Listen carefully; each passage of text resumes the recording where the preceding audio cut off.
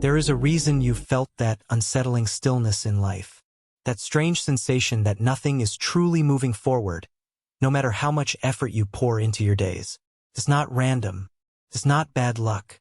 It's not because you haven't worked hard enough or thought positively enough. It's something far deeper and far more precise than most people dare to consider.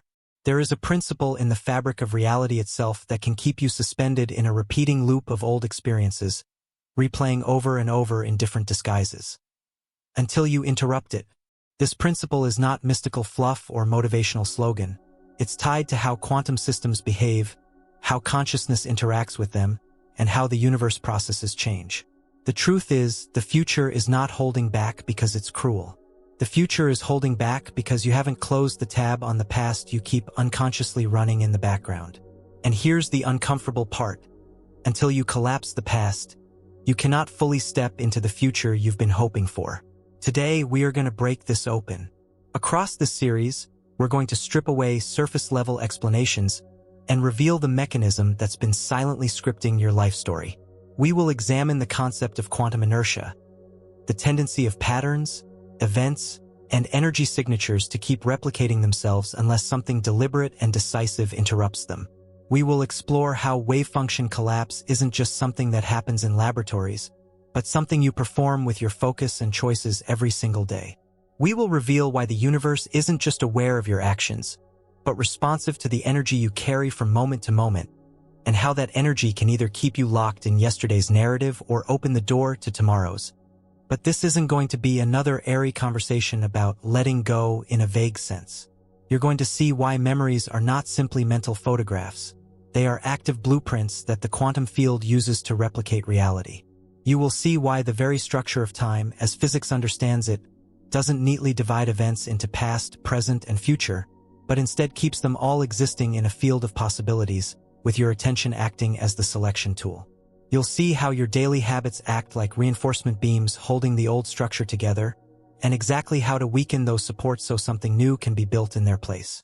And perhaps most importantly, you will understand the process of collapse, the moment when potential hardens into actual, and why the universe cannot hand you a truly new outcome until the old energetic imprint is dismantled.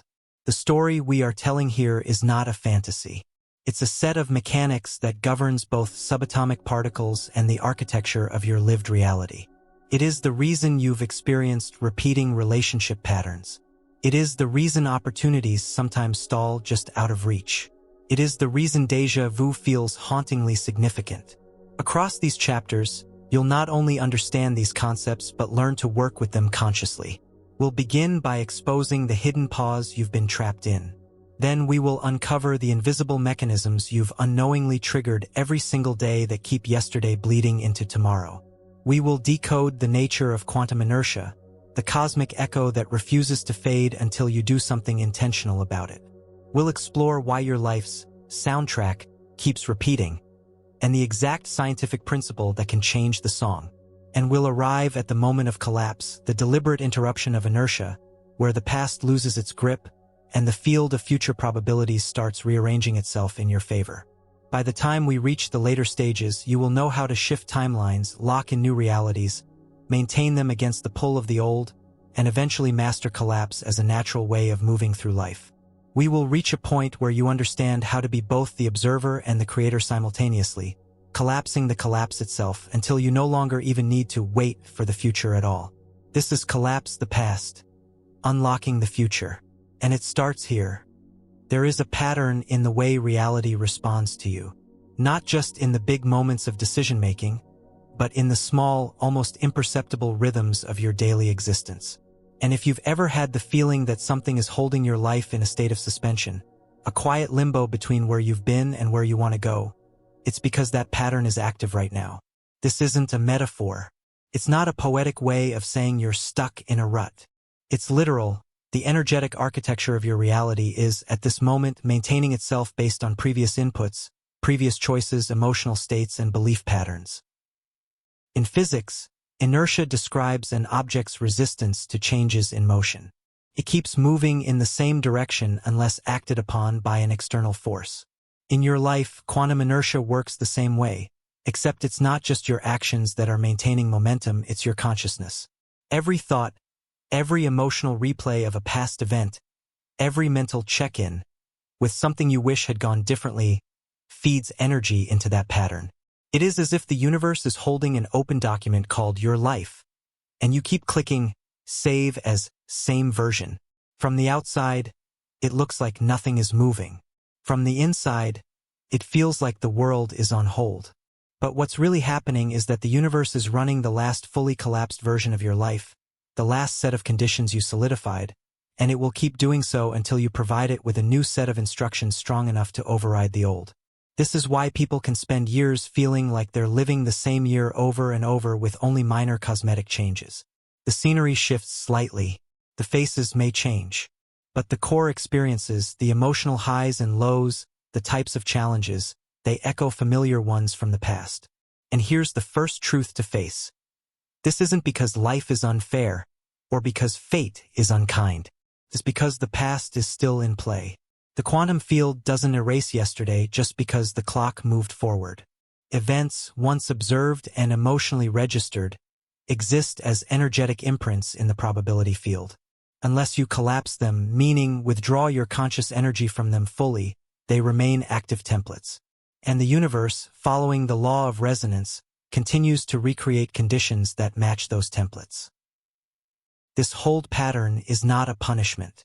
It's a safeguard built into the architecture of reality. If every passing thought instantly replaced your circumstances, reality would be chaotic beyond survival. Instead, the universe waits for something stronger than a passing whim. It waits for coherence, for emotional alignment, for a decisive collapse of the old before committing resources to the new. But this safeguard also means that unless you consciously end the life of a pattern, it lives on. It becomes the default state. And that's when people start to feel like life is on pause. The pause is not empty time. It is time filled with the ongoing playback of an old energetic arrangement. It can look like missed opportunities, like doors that don't open, like conversations that go nowhere. It can feel like grinding through molasses when trying to make progress. And all of it is a sign, a precise, measurable sign, that the past is still occupying the space where your future should be forming. Now that you can see the pause for what it truly is, we can start exposing its machinery. Because this pause isn't random, and it's not unbreakable. It is sustained by a set of mechanisms that operate in the background of your awareness, mechanisms that you, without knowing it, may be triggering multiple times a day. They are small, often invisible mental and emotional gestures, but each one acts like a pin that holds the old reality firmly in place. And once we identify them, you'll see how they can be interrupted. Because the moment they're interrupted, the hold begins to weaken, and the potential for a new reality starts to surge forward. That's where we are going next. We're going to reveal the invisible switch you've been pressing without realizing it. The one that keeps yesterday alive in your tomorrow. And understanding this is the first real step in disrupting quantum inertia. The pause in your life is not sustained by chance. It's held in place by an intricate set of triggers you've been activating, not once in a while, but often without even realizing it. These triggers are not large, dramatic acts. They are subtle, repetitive motions of thought, emotion, and focus that operate like a constant power supply to the past. The truth is, the human mind is built to reference memory as a way of predicting the future. It's a survival function. If something painful happened before, the mind stores it to avoid repetition. If something rewarding happened, it stores that too to seek it out again. This is useful for navigating a dangerous world, but when it comes to creating something radically different from your history, this same function becomes the invisible chain that binds you. Here's how it works. Every time you revisit an old event mentally, whether it's by choice or because a stray reminder triggers it, you are not just remembering. You are reactivating the energetic blueprint of that event. The quantum field, which responds to the vibrational signal of your attention, receives that activation as if the event is relevant now. The field does not separate past from present in the way a clock does. It simply receives the signal and matches it with probabilities that align with it. This is why something as small as replaying a conversation in your mind can ripple forward into what happens tomorrow. It's why certain frustrations keep reappearing in slightly different forms. You are, in effect, sending the order to the universe to keep producing from the same pattern. There are three primary invisible mechanisms that keep this loop alive: mental rehearsal, emotional looping, and identity reinforcement. Mental rehearsal happens when you mentally walk through an old scene, not necessarily because you enjoy it, but because the brain defaults to it when idle. This is one of the most powerful ways to keep the past alive because the brain does not distinguish sharply between real experience and vividly imagined experience. In both cases, the same neural circuits fire, and the same energetic imprint is broadcast into the field. Emotional looping occurs when you feel the same emotional charge: anger, resentment, longing, regret, tied to a past moment. Even if you don't revisit the details of the memory, the emotion alone contains the signature of the original event. And the field matches that signature with outcomes that keep the emotion relevant. Identity reinforcement is the subtlest of all. It's when you define yourself, even unconsciously, in terms of what has happened to you. Statements like, "I'm the kind of person who always gets overlooked," or "I'm someone who's been through a lot," act as constant instructions to reality. They are declarations of continuity, signaling to the field that the old framework still applies. Here's the catch. Most people do all three of these every single day. They remember without noticing. They feel without questioning. They define themselves without revising the definition. And each time, they feed the past enough energy to keep it active in the present. When you understand this, the idea of the universe waiting for you makes sense. It's not withholding anything out of stubbornness. It's simply that you are giving it contradictory instructions, asking for something new while continually affirming the old. This is where quantum inertia becomes more than an abstract term. It's the measurable resistance created by all the ways you keep energizing the same pattern. The system will not switch trajectories until the energy supporting the old one drops below a certain threshold. Interrupting this requires awareness at a level most people never practice. It means noticing when you are mentally rehearsing an old scenario and stopping it mid-thought. It means catching the moment when an old emotion rises and refusing to feed it with additional commentary.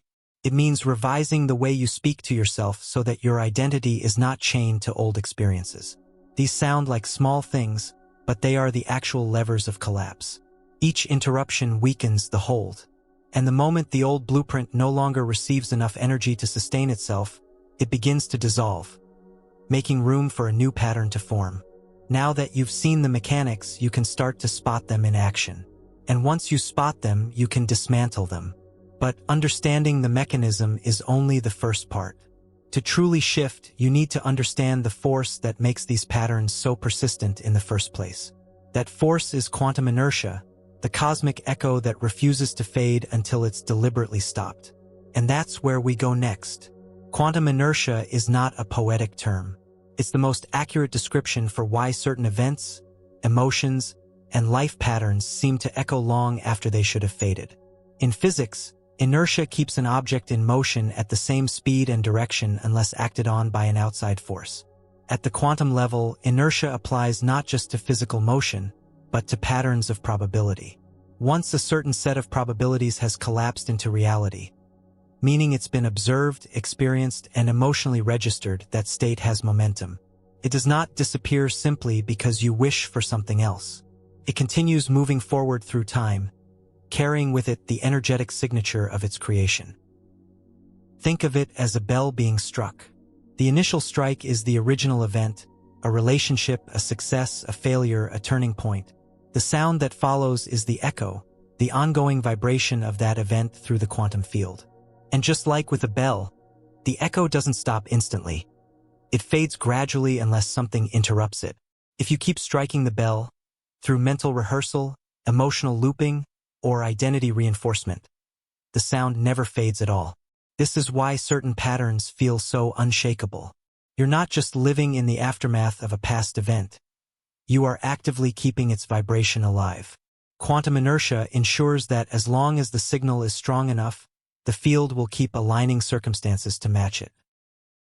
This concept can be unsettling because it means that the past is not gone in the way we think. It exists as a living influence in the probability field until it's collapsed into stillness. and the only one who can collapse it is you. It also explains why people often feel trapped in cycles, repeating the same types of relationships, financial situations, or personal challenges. The cycle isn't a curse.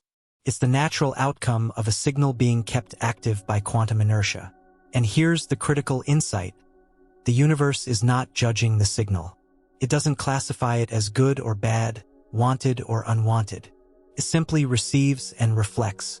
So if the signal matches an old pain, the field will match it with new situations that keep that pain relevant. If the signal matches an old success, the field will match it with circumstances that keep that success relevant. This is why collapse is the single most important skill you can develop if you want a new future. Without collapse, inertia carries the past forward indefinitely. With collapse, you interrupt the signal and open the field to a different set of probabilities. But here's the challenge: quantum inertia is not purely mental. It is emotional, it is energetic, and it is reinforced by the way your body has adapted to the old pattern. Your nervous system becomes accustomed to certain levels of tension, expectation, or familiarity. Breaking inertia requires not just new thoughts, but a full system withdrawal of energy from the old state. The good news is that once you interrupt it, the shift can be rapid. The same way a bell's sound can be stopped instantly by touching it, quantum inertia can be ended by a decisive withdrawal of attention and energy from the old pattern. This is why some changes in life feel sudden. The pattern didn't fade slowly. It was cut off completely. And when that happens, the space left behind doesn't stay empty for long. The field rushes to fill it with whatever signal you are broadcasting now.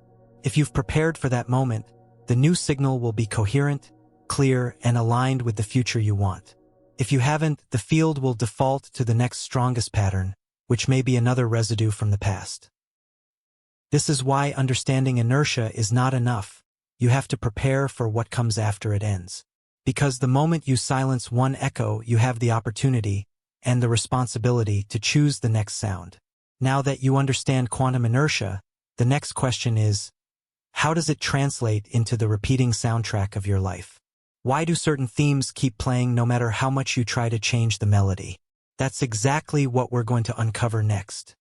Now that the nature of quantum inertia is clear, we can look at one of its most recognizable effects, the loop.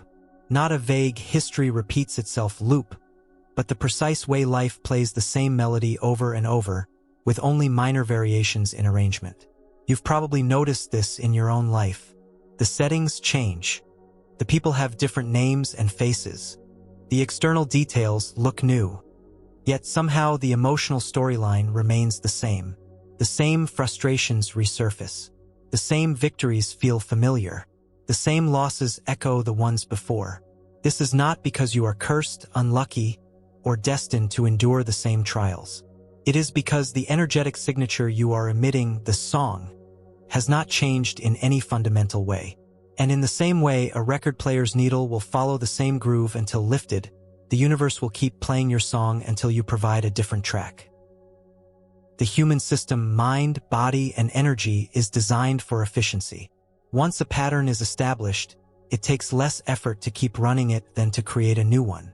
From the perspective of survival, this makes perfect sense. From the perspective of transformation, it's a trap. If the same song is still playing, it's because the same instruments are still in place. Belief patterns that filter your perception of reality. Emotional associations that magnetize familiar situations. Behavioral habits that reinforce old outcomes. Each of these acts like a component in a sound system. Together, they recreate the same frequency signature over and over. Change one and the song might skip briefly. Change them all, and you can replace the song entirely. But here's the subtlety most people miss. You cannot replace the song while it's still playing at full volume. You have to stop the playback. That means ending the reinforcement of the pattern at every level: mental, emotional, and energetic. It means withdrawing attention from the old melody completely, even before the new one is ready to take its place. This is uncomfortable for most people because the old song, even if unpleasant, is familiar. Familiarity feels safer than silence. Silence feels like uncertainty. Yet in that silence lies the possibility of an entirely different composition. Here's why the loop persists even when you try to change things. If you change only the outer circumstances, the scenery, the relationships, the job, the location, but keep the same energetic signature, the new conditions will gradually morph into the old pattern. The song will simply start playing through different speakers. This is why someone might leave one relationship for another, only to find the same emotional issues surfacing again. It's why a person can change careers but encounter the same frustrations in the new role. It's why moving to a new city sometimes feels like nothing has changed except the backdrop. The key is understanding that the loop is not external. It's internal. It is sustained not by events, but by the energy you bring to those events. Change the energy, and the events must follow. In quantum terms, the song is the collapsed pattern of probabilities that currently defines your reality. Every moment you invest emotional energy into the past, whether by longing for it, resenting it, or defining yourself by it, you keep that pattern from dissolving. And as long as it doesn't dissolve, the universe will keep using it as the template for what happens next. This is where the analogy of a soundtrack becomes useful. Imagine your life as a film, and the soundtrack is always there in the background. It sets the tone for how you interpret events. It influences how others respond to you. It even shapes what kinds of scenes show up. If your soundtrack is suspenseful, you'll experience events as tense. If it's melancholic, even joyful moments will feel tinged with sadness. If it's triumphant, obstacles will feel like setups for victory. The problem is, most people's soundtrack is not consciously chosen. It's a remix of past emotional experiences, stitched together without deliberate composition. And without intervention, that soundtrack loops indefinitely. To break the loop, you must become the composer. This begins with silencing the current track, collapsing the energetic pattern so it no longer plays automatically. It means resisting the pull to hum along with the old melody, no matter how familiar it feels. It means noticing when the loop starts in your thoughts or emotions and cutting the playback. The moment the old soundtrack falls silent, the universe doesn't leave you in silence forever. It waits for your next clear, coherent signal. That's when you can introduce a new composition, one that aligns with the future you want to experience. But how do you stop the song? How do you collapse the loop when inertia keeps it spinning? That's where the concept of wave function collapse comes in, the precise moment when a pattern ceases to be a probability and becomes a fixed reality. And that's what we're going into next. If inertia is the force that keeps the past alive, collapse is the act that ends it. In quantum physics, collapse refers to the moment a wave of probabilities becomes a single, observable outcome. In the context of your life, collapse is the moment a pattern, old or new, solidifies into reality. Understanding collapse is crucial because without it, change remains theoretical. You can think new thoughts, imagine new outcomes, and set new intentions, but until you collapse the old pattern, the new has nowhere to land. Here's how collapse works in physics. A particle exists in a state of probability, meaning it could be in multiple places or states at once. When it's observed, it chooses one, it collapses into a specific reality. Before observation, all possibilities exist. After observation, only one does. In your life, past events exist in a similar way. Even though they have already happened in the linear sense, they continue to exist as energetic possibilities in the field, possibilities that can still be reinforced, re-experienced, and recreated.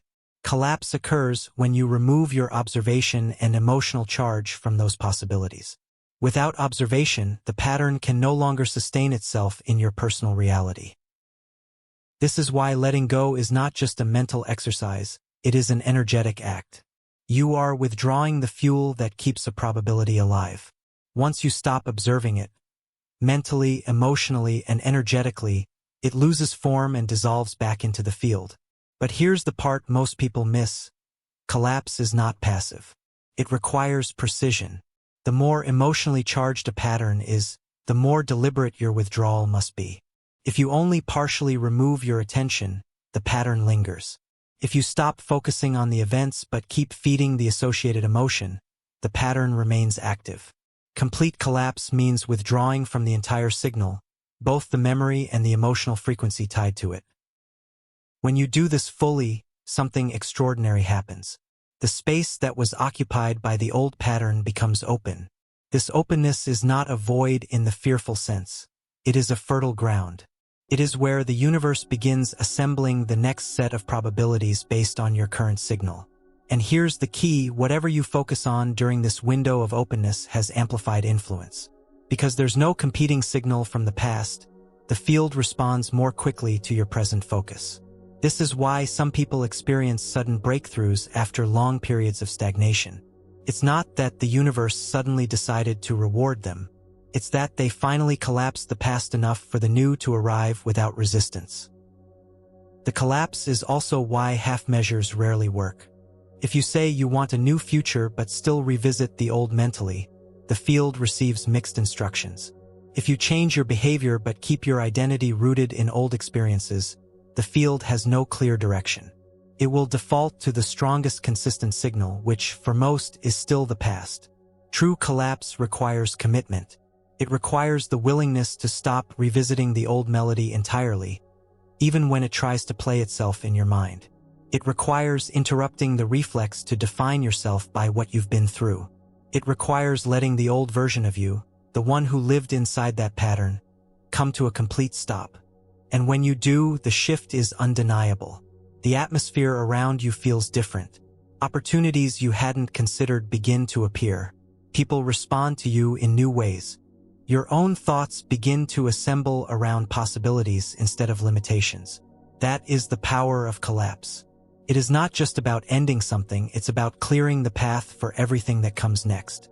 And now that you understand collapse, the question becomes, if the past lives in memories, and memories act as reality-generating machines, how do you stop them from rebuilding what you've just dissolved? That's exactly where we're going next. Most people treat memories as something stored neatly in the mind, static images or mental videos that can be recalled or ignored at will. That assumption is not only incomplete, it's dangerously misleading. A memory is not just a record of the past. It is an active generator of reality. Every time you bring a memory into awareness, it becomes a signal sent out into the quantum field. And the field, responsive, impartial, precise, treats that signal as a blueprint to replicate. This is why certain themes in your life refuse to fade. The memory of a betrayal keeps attracting situations that challenge your trust.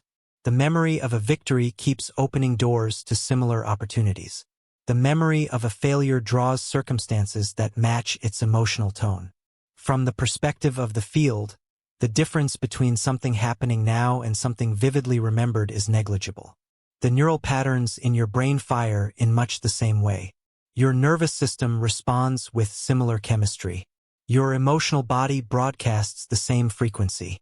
When all three, mind, body, and emotion align, the field registers a coherent signal. That signal says, in effect, this is what's relevant. This is what matters. Build more of this. Understanding this changes the way you relate to memory entirely. It means you can no longer indulge in the idea that replaying the past is harmless. Every mental replay is an energetic investment. You are feeding the machine that generates your next set of experiences. This is not about pretending the past didn't happen. It's about recognizing that keeping a memory emotionally alive is like keeping a piece of machinery running long after it should have been shut down. It keeps producing results whether you want them or not. The truth is, memories are not inert. They are more like seeds. Every time you think about them, you water them. And in the quantum garden of your life, whatever you water grows. This also means that the way you store memories is critical. Some people store them in a way that keeps the emotional charge intact. They can recall the details vividly, feel the same sensations, and even trigger the same physiological reactions. Others store them in a way that fades the emotional charge, keeping the information but not the frequency. Only the second way prevents the memory from acting as a constant broadcast.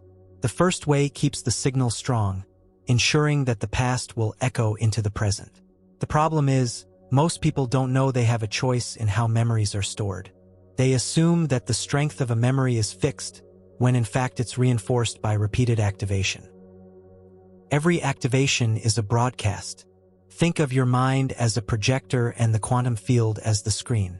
Each time you replay a memory with emotional involvement, you project that scene into the now, and the field responds by arranging probabilities to match it. This is why unresolved memories, especially ones with high emotional charge, are the most potent reality machines.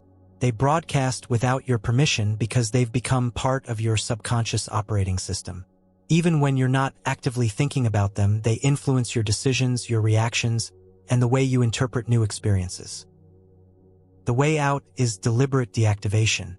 This is not about erasing memories. That's neither possible nor necessary. It's about removing the energetic current that keeps them alive. When a memory is deactivated, it can still exist in your mind as a neutral reference point, but it no longer commands the field to recreate its circumstances. Deactivation starts with recognition.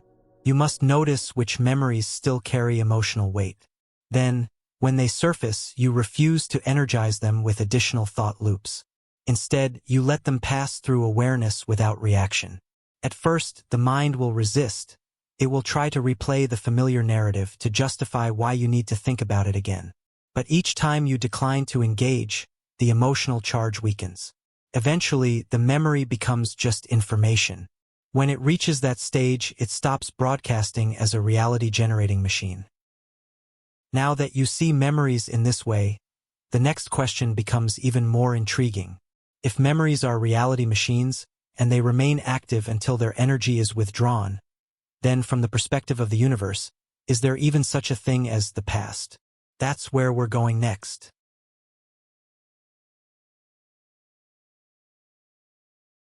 From a human perspective, the past is something fixed. It happened, it's over, and it's behind us on the linear timeline. We picture it as a place we can't return to, a series of events that are locked away in history. From the universe's perspective, this concept doesn't exist. There is no past in the way we think of it. There are only energetic patterns existing now. Physics has long challenged our everyday understanding of time. Einstein's relativity showed that time is not absolute. It's flexible, dependent on speed and gravity. Quantum theory goes further, suggesting that the distinction between past, present, and future is not a fundamental property of reality, but a feature of how we experience it. At the level of the field, all events exist as information. They are not arranged in a neat sequence that flows one way. Instead, they coexist as possibilities in a vast informational structure. From that perspective, your past is not gone. It's an active part of the field as long as you keep energizing it. And because the field operates on resonance, it doesn't care whether the pattern you're energizing happened a decade ago or yesterday. If you're broadcasting it now, it's relevant now. This is why it's possible to feel like you're living in a replay of the same experiences. You're not literally going back in time, but you are continually selecting the same set of probabilities from the field. And because the field responds to what's active, it assembles your present and future from the same components. From the field's point of view, the memory of a heartbreak is no different from the experience of a heartbreak happening now, if both carry the same emotional frequency. The same is true for joy, success, or any other state. This is also why healing the past has immediate effects. When you deactivate the energy of an old event, you don't just change how you feel about it, you change the probabilities available to you now. You remove that pattern from the list of currently relevant templates. People often speak about moving on as if it's an emotional preference. In reality, it's an act of quantum editing. You're literally changing the code the universe is using to generate your reality. Think of it like a computer program. Your life, as you experience it, is built from code in the field. Memories are pieces of that code. As long as they're active, the program runs them. Remove or rewrite them, and the program outputs something different. From the universe's perspective, there is no file labeled past, do not use. All files are in the same folder. Now, which files are run depends entirely on which ones you open with your attention and emotion. This explains why it's possible to feel like nothing is changing, even when you're trying to create a new future. If you're still running old files in the background, the system keeps outputting old results. You can't expect new code to run smoothly if the old code is still active and conflicting with it. The solution is not to fight the past, that only gives it more energy. The solution is to stop selecting it, to stop opening those files, to stop broadcasting those frequencies. Once you do, the field has no choice but to assemble your reality from different components, ones that match your current active signal. Now that you understand the universe's indifference to time as humans perceive it, the next step is to explore what this means for the concept of now, and how the structure of time as we've been taught it might be an illusion. That's exactly where we're heading next. If there is one concept most deeply embedded in human thinking, it is the idea of time as a linear progression. One moment follows another, each stacked neatly behind the next, like boxes on a conveyor belt. The past is behind you, the future is ahead of you, and the present is a thin slice in between. This model is so deeply ingrained that we rarely question it. We schedule our lives around it. We measure our age by it. We judge our progress through it.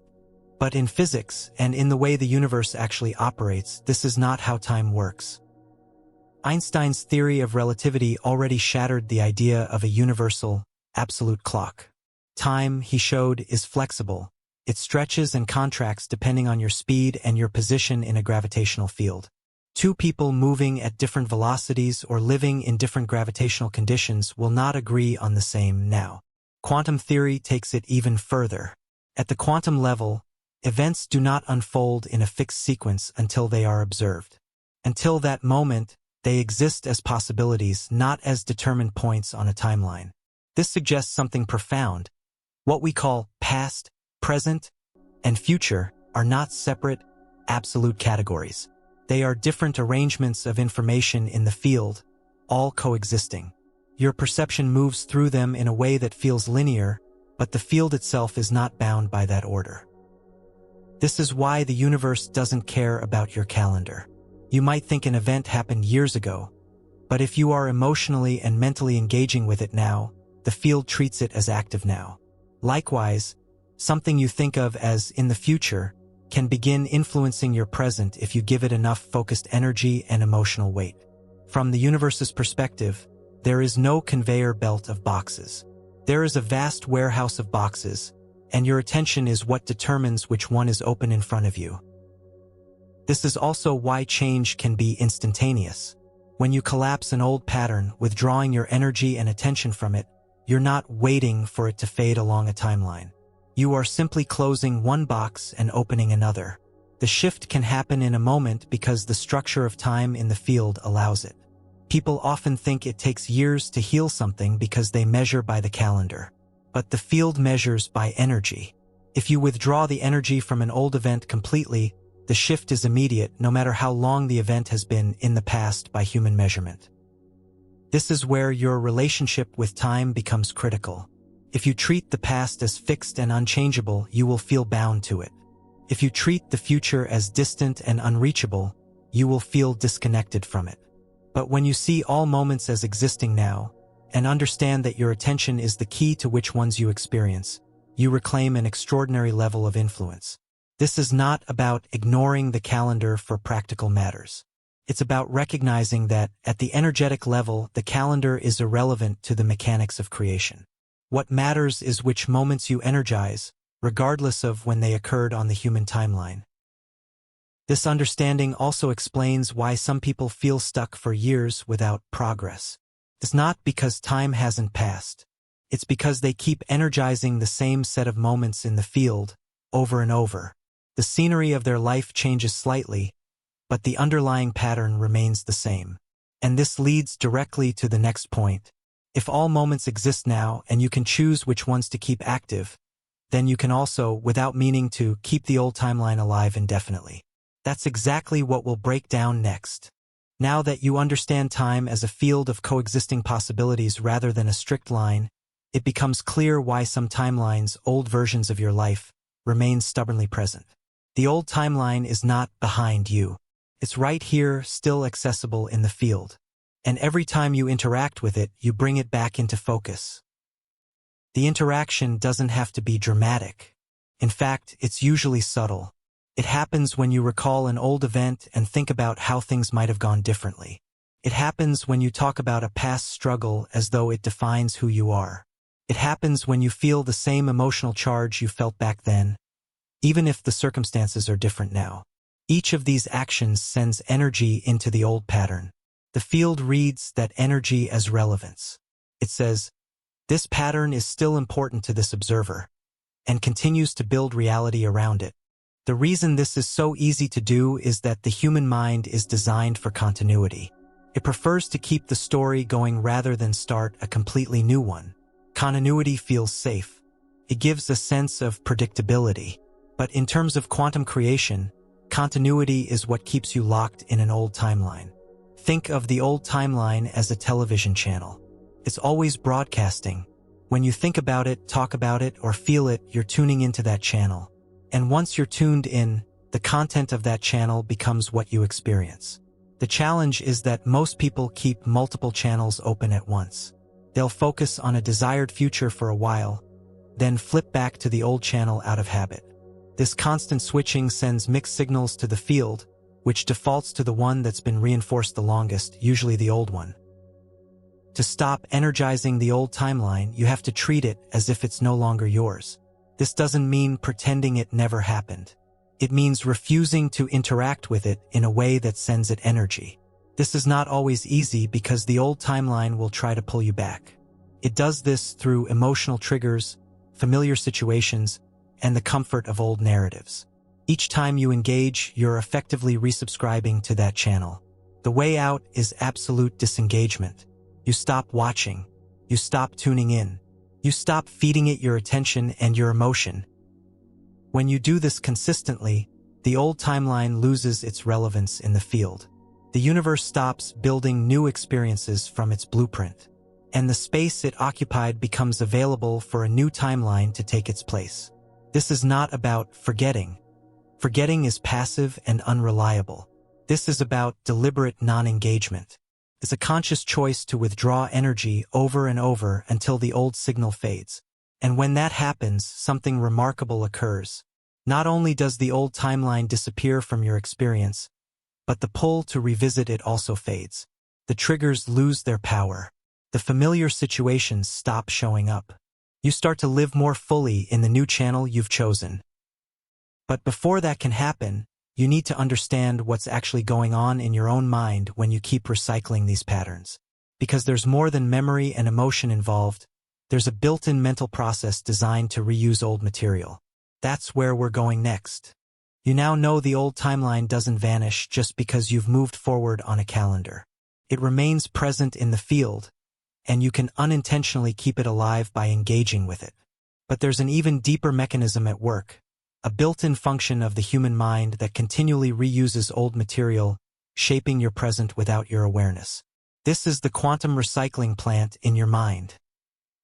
Every day, your brain processes an enormous amount of sensory input. To make sense of it quickly, it relies on patterns it already knows. It compares what you see, hear, and feel to past experiences and uses those past experiences to interpret the present. From a survival standpoint, this is efficient. If something resembles a danger you've faced before, you recognize it quickly and react. If something resembles a reward you've had before, you're drawn to it. But in the realm of creation, this efficiency becomes a trap, because it means you are constantly overlaying old patterns on new possibilities. Imagine a factory where nothing new is truly created. Instead, old products are melted down and reshaped into slightly different versions of themselves. That's what the recycling plant in your mind does with experiences. It takes new moments and processes them through the mold of the past. Even if the raw material is fresh, the output looks strikingly similar to what you've had before. This is why change often feels superficial at first. The environment might shift, but the core experience feels the same. Your mind has recycled the moment into something familiar. The process works like this. Input. Something new enters your awareness. Comparison. Your mind searches its archive for similar past experiences. Matching. When it finds a match, it assumes the new experience should be interpreted through the lens of the old one.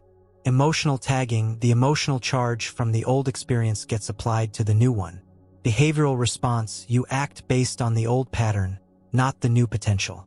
All of this happens in fractions of a second, and it keeps the past alive not just as a memory, but as an active filter that colors the present. At the quantum level, this has real consequences. Because your focus is shaped by the recycling process, you end up reinforcing the same probability patterns. The field responds to your focus and emotion, and if both are tied to recycled interpretations, you collapse realities that resemble the past. This is why breaking the recycling loop is essential for collapsing the old timeline.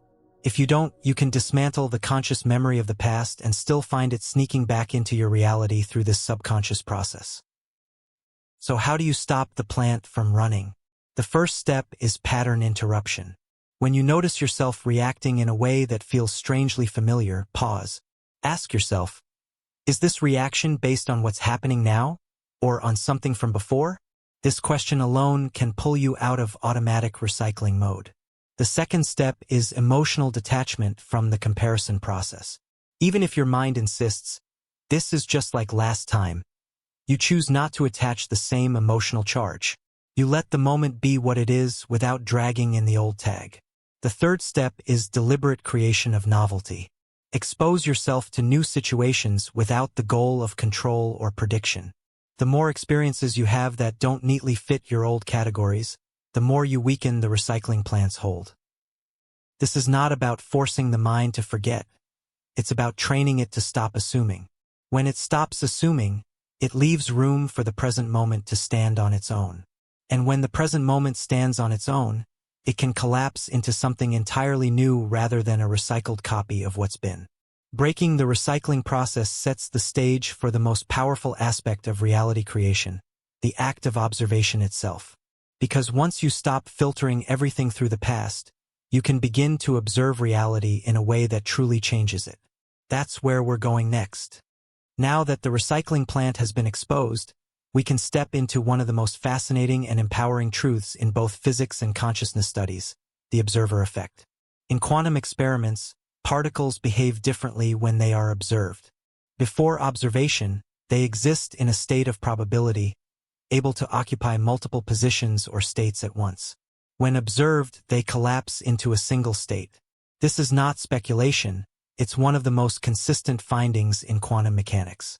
And it has profound implications for your life. You are not just a participant in reality. You are the camera, and the way you record reality affects what appears in the frame. Observation, in this sense, is not passive. It is an active interaction between your consciousness and the field. Your attention is the lens. Your expectations are the focus settings. Your emotions are the lighting. The combination of these determines how the probabilities around you collapse into actual events. When you look at something with focused attention, you are not simply taking it in, you are influencing it. This doesn't mean you control every detail with your thoughts alone, but it does mean you are part of the selection process. If you approach life with the assumption that certain patterns will repeat, your observation reinforces those patterns. If you approach with the expectation of newness, you open the field to different probabilities. This is why changing your lens is as important as changing your actions. The lens determines what even makes it into your awareness to begin with. In practical terms, the observer effect means your awareness is like a selection tool in a vast digital library. Billions of potential outcomes exist in the field. By observing certain possibilities more often, through thought, conversation, and emotion, you tag them for selection. The universe then collapses those tagged possibilities into your lived experience. This also explains why fear and worry are so potent in shaping reality. When you continually observe a feared outcome in your mind, you are tagging it repeatedly. The field doesn't interpret your observation as, "I don't want this." It interprets it simply as, "This is relevant." Here's the empowering part. This works both ways. Deliberate observation of desired outcomes tags them just as strongly. The more consistently you observe them with clarity and emotion, the higher the likelihood they collapse into your reality. But there's a catch. Observation works best when it's clean, meaning when it's not contaminated by contradictory observations. If you focus on a desired outcome for a few minutes and then spend the rest of the day observing conditions that reinforce the old pattern, the signal is diluted. The solution is consistent, coherent observation. Choose what you want to see and keep observing in ways that align with it. This doesn't mean ignoring reality. It means framing reality in a way that supports the outcome you're selecting. Understanding the observer effect also reframes what it means to wait for change. You are never truly waiting. You are always selecting. Every moment of observation is part of the collapse process. This is why becoming a conscious observer is so powerful. When you stop recycling the past and start choosing your focus deliberately, you stop leaving the collapse process to chance. You become the one aiming the lens, setting the focus, and deciding which frame gets developed into the next moment.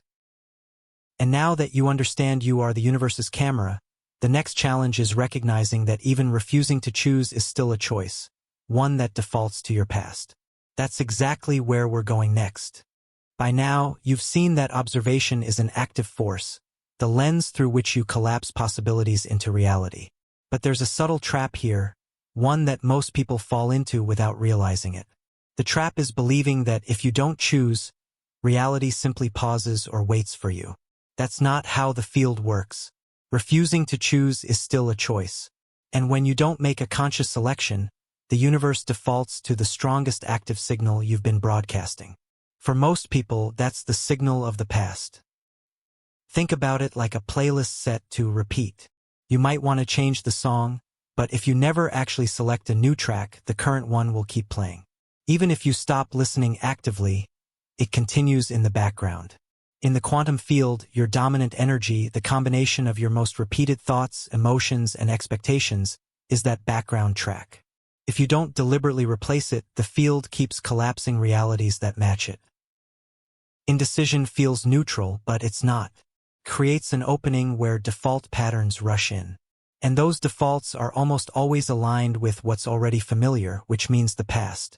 This is why people often find themselves in repeating cycles even when they've been waiting for the right moment to act.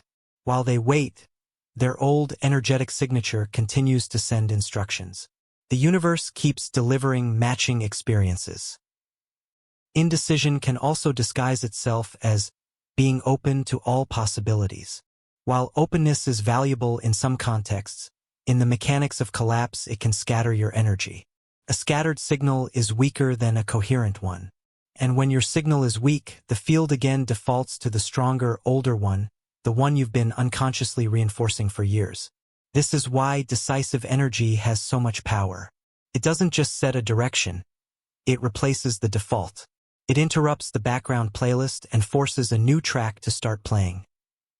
The fear of choosing is often rooted in a misunderstanding. People believe that choosing locks them into one reality forever, and they might choose wrong. But the truth is, choices collapse possibilities in the moment, and they can be changed. What's dangerous is not making a choice at all, because that allows the past to run unchecked. Making a choice is not a life sentence. It's a declaration to the field about what is relevant now. And once made, it becomes the basis for the next set of possibilities. You can always make a new choice later, but without any choice, the old probabilities keep cycling. When you understand this, hesitation starts to look less like safety and more like surrender. Every moment you hesitate, you're surrendering creative power to the default. And the default is rarely what you truly want. This is why awareness of your dominant energy is so important. If you know what your background track is, you can decide whether you want to let it keep playing. If you don't, you can replace it with a deliberate choice, even a small one, to shift the signal. This brings us to an even more curious state, when multiple possibilities remain active because you haven't collapsed any of them yet. It's like the reality version of Schrödinger's famous thought experiment, and it's the next layer we need to explore. That's where we're heading next. In 1935, physicist Erwin Schrödinger posed a now-famous thought experiment. A cat placed in a sealed box with a mechanism that could either kill it or leave it alive, depending on the state of a quantum particle. Until the box is opened, until the particle is observed, the cat is considered to be both alive and dead.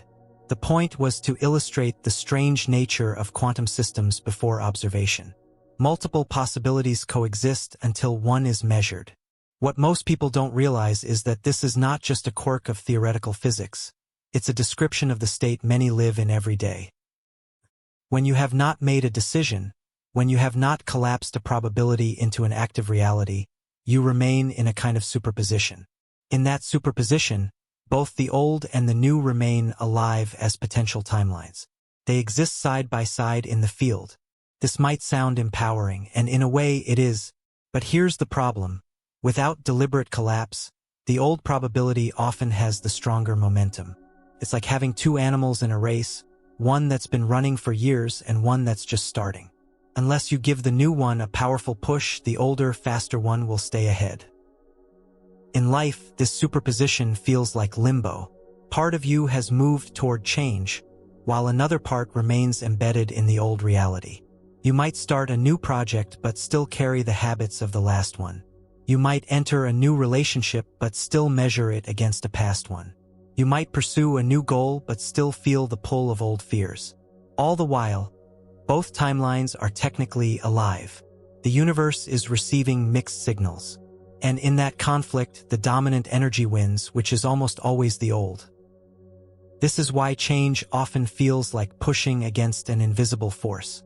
You are not just building the new, you are competing with the inertia of the old. Until you collapse the old fully, the new must fight for space. And here's where the Schrödinger trap becomes clear. When you leave both possibilities active, you think you're keeping your options open, but you're actually feeding the one with the strongest existing momentum. By not collapsing, you're unintentionally choosing the old. The way out is deliberate collapse. You open the box. You decide which cat lives. You end the state of superposition by consciously removing energy from the probability you no longer want to experience. This means no longer engaging with the thoughts, emotions, or behaviors that keep the old pattern alive. It means acting in ways that align only with the reality you've chosen to keep. It means letting the other reality die, not out of denial, but out of the understanding that it can't fade while you still feed it. Once collapse happens, something remarkable occurs. All the energy that was split between the two probabilities becomes available for the one you've chosen. Momentum shifts, progress accelerates, and the feeling of limbo disappears. This is why decisiveness is such a catalyst for change. It doesn't just clarify your direction, it concentrates your energy. And in the field, concentrated energy has far greater collapsing power than scattered energy. But even after you've collapsed into a chosen reality, there's still another challenge: the influence of probability itself. Because probabilities are not passive, they exert a pull, and if you don't understand how they work, they can quietly drag you back toward the default. That's exactly what we'll uncover next.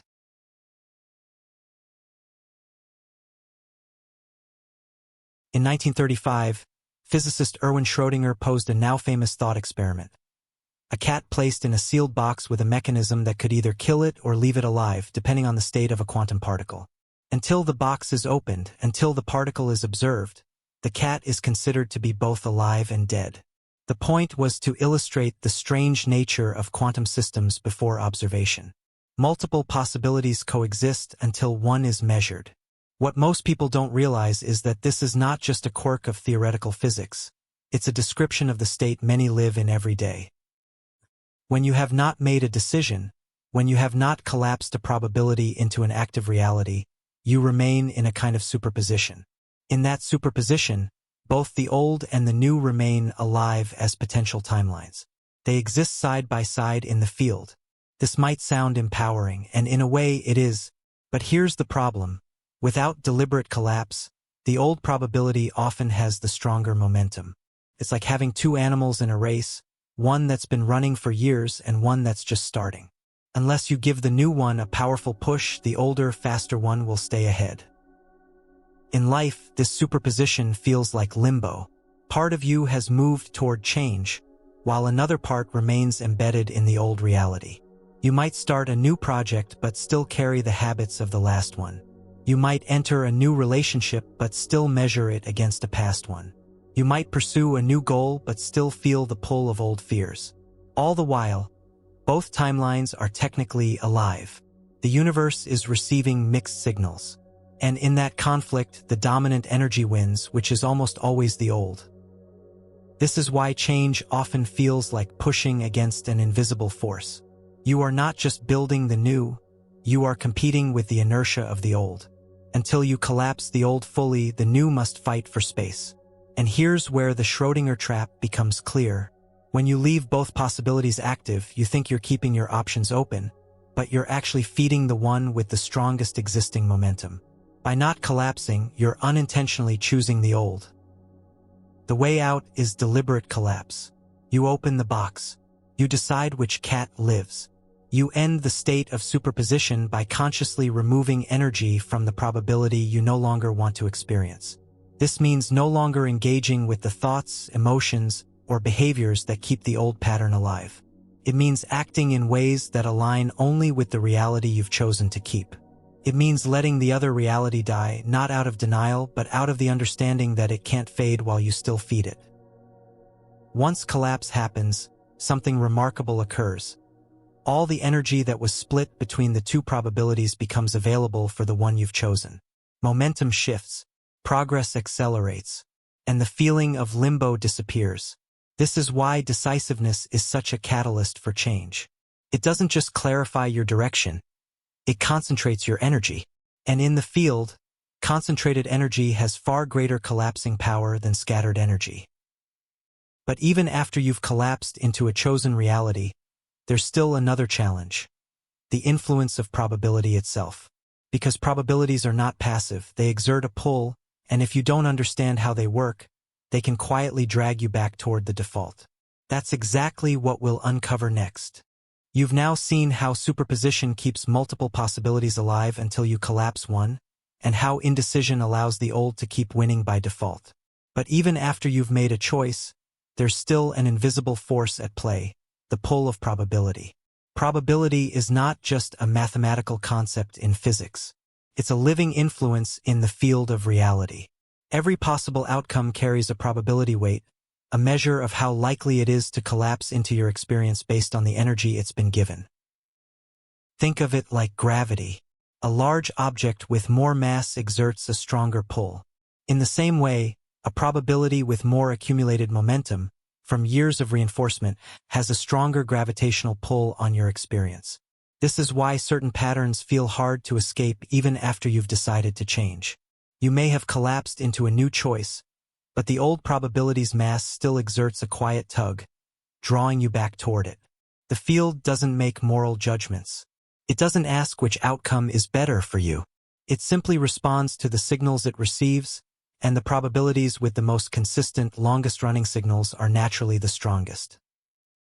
When you understand this, the idea of falling back into old habits becomes less mysterious. You're not weak or lacking willpower, you're dealing with the physics of probability pull. The old path has more energetic mass. The only way to weaken it is to stop feeding it and strengthen the new probability until it has more pull. This is where people often get discouraged. They collapse into a new reality, but because the old one is still nearby in probability space, they encounter situations that tempt them to return. Without understanding the mechanics, they interpret this as failure. In truth, it's just the residual influence of the old mass, and it can be overcome. Breaking the spell of probability requires two things: starving the old outcome, absolute disengagement from anything that energizes it; feeding the new outcome, consistent engagement with thoughts, emotions, and actions that align with it. These two steps are deceptively simple, but they work because they directly address the weight of each probability. As you weaken one and strengthen the other, the balance shifts. The pull of the old diminishes, and the new begins to feel natural, automatic, inevitable. But here's the nuance: the transition point between the two probabilities is delicate. It's the phase where your old environment, habits, and even people in your life may still reflect the previous probability. If you interpret this as a sign you failed, you risk reactivating the old signal. If you interpret it as a temporary overlap, you maintain your course toward the new. Your interpretation matters because it determines which probability you're energizing in that moment. The field responds instantly to the signal you give it, not to the one you hope to give someday. To break the spell of probability, you must treat the new choice as already dominant, even before the evidence matches. You act as though it's the current reality. You align your emotional state with it. You refuse to measure it against the old. At first, this feels like an act of imagination. Over time, it becomes the lived truth. And when the new probability's weight exceeds the old, you'll find the gravitational pull has reversed. It's now harder to return to the past than it is to stay in the present. This is the point where collapse becomes not just an event, but a skill, something you can trigger intentionally at will with a process. That process is what will open next. So far, you've learned that collapse is the act of ending an old probability and allowing a new one to take its place. You've seen how probability pull works, and how the old can linger until the new gains enough momentum. Now we come to the practical part, the ritual that turns collapse from an abstract concept into something you can initiate deliberately. This is not a ritual in the mystical sense, though it may feel that way because of its power. It's a sequence of deliberate actions, mental and emotional, that signal to the field that one reality is no longer relevant and another is now active. The collapse ritual has 3 stages: recognition, disengagement, and replacement. Stage 1, recognition. You cannot collapse something you're not fully aware of. Recognition means identifying the exact pattern, memory, or timeline you want to end. It's not enough to vaguely want something better. You must pinpoint the energetic source that's been shaping your reality. In this stage, you bring the pattern into focus one final time, not to energize it but to see it clearly. You acknowledge its presence without indulging in its emotional charge. You recognize it as a construct, not as an unchangeable fact. Stage 2, disengagement. This is where collapse truly begins. Disengagement means withdrawing your attention, emotion, and identity from the pattern. You stop telling its story. You stop using it as a reference point for who you are. You stop rehearsing its events in your mind. At the energetic level, this is like unplugging a device from its power source. The moment you stop supplying current, the pattern begins to fade. The field receives the message. This is no longer relevant. The key here is completeness. Partial disengagement leaves threads of energy that can reweave the old pattern. Complete disengagement severs it entirely. Stage 3, replacement. Nature and the quantum field does not leave space empty for long. Once you collapse the old, the new must be chosen and engaged immediately. This is where you feed the probability you want to experience. Replacement means building the emotional, mental, and behavioral signals of the new reality right away.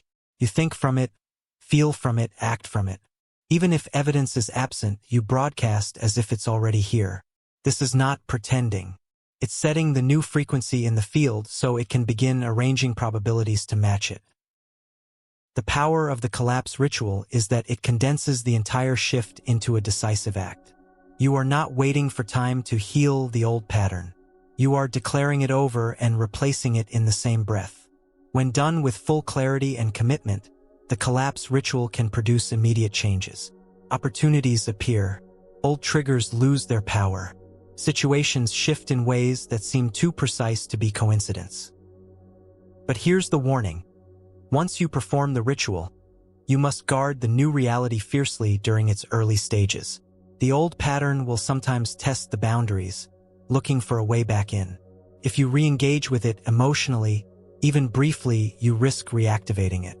This is why the collapse ritual is not a one-time event in your life, but a skill you can use whenever you sense the old creeping back. It becomes part of your creative toolkit, a way to maintain alignment with the reality you've chosen. Now that you have the mechanics of collapse, we can turn to where this shows up in the most ordinary moments of your life. Moments you might not even realize are programming your future. That's where we're going next. By now, you've seen how collapse works, how probability pull tries to keep you in the old, and how a deliberate shift can create space for something new. But there's another truth that most people overlook. Your future is not primarily programmed in grand moments of decision. It's programmed in the smallest, most repetitive actions you take. And there is no part of the day more critical to this programming than your morning. The first hour after you wake up is when your mind and body are most impressionable. Your brain is still shifting from the slower brainwave states of sleep into the alertness of waking consciousness. Your nervous system is calibrating. Your emotional tone is setting.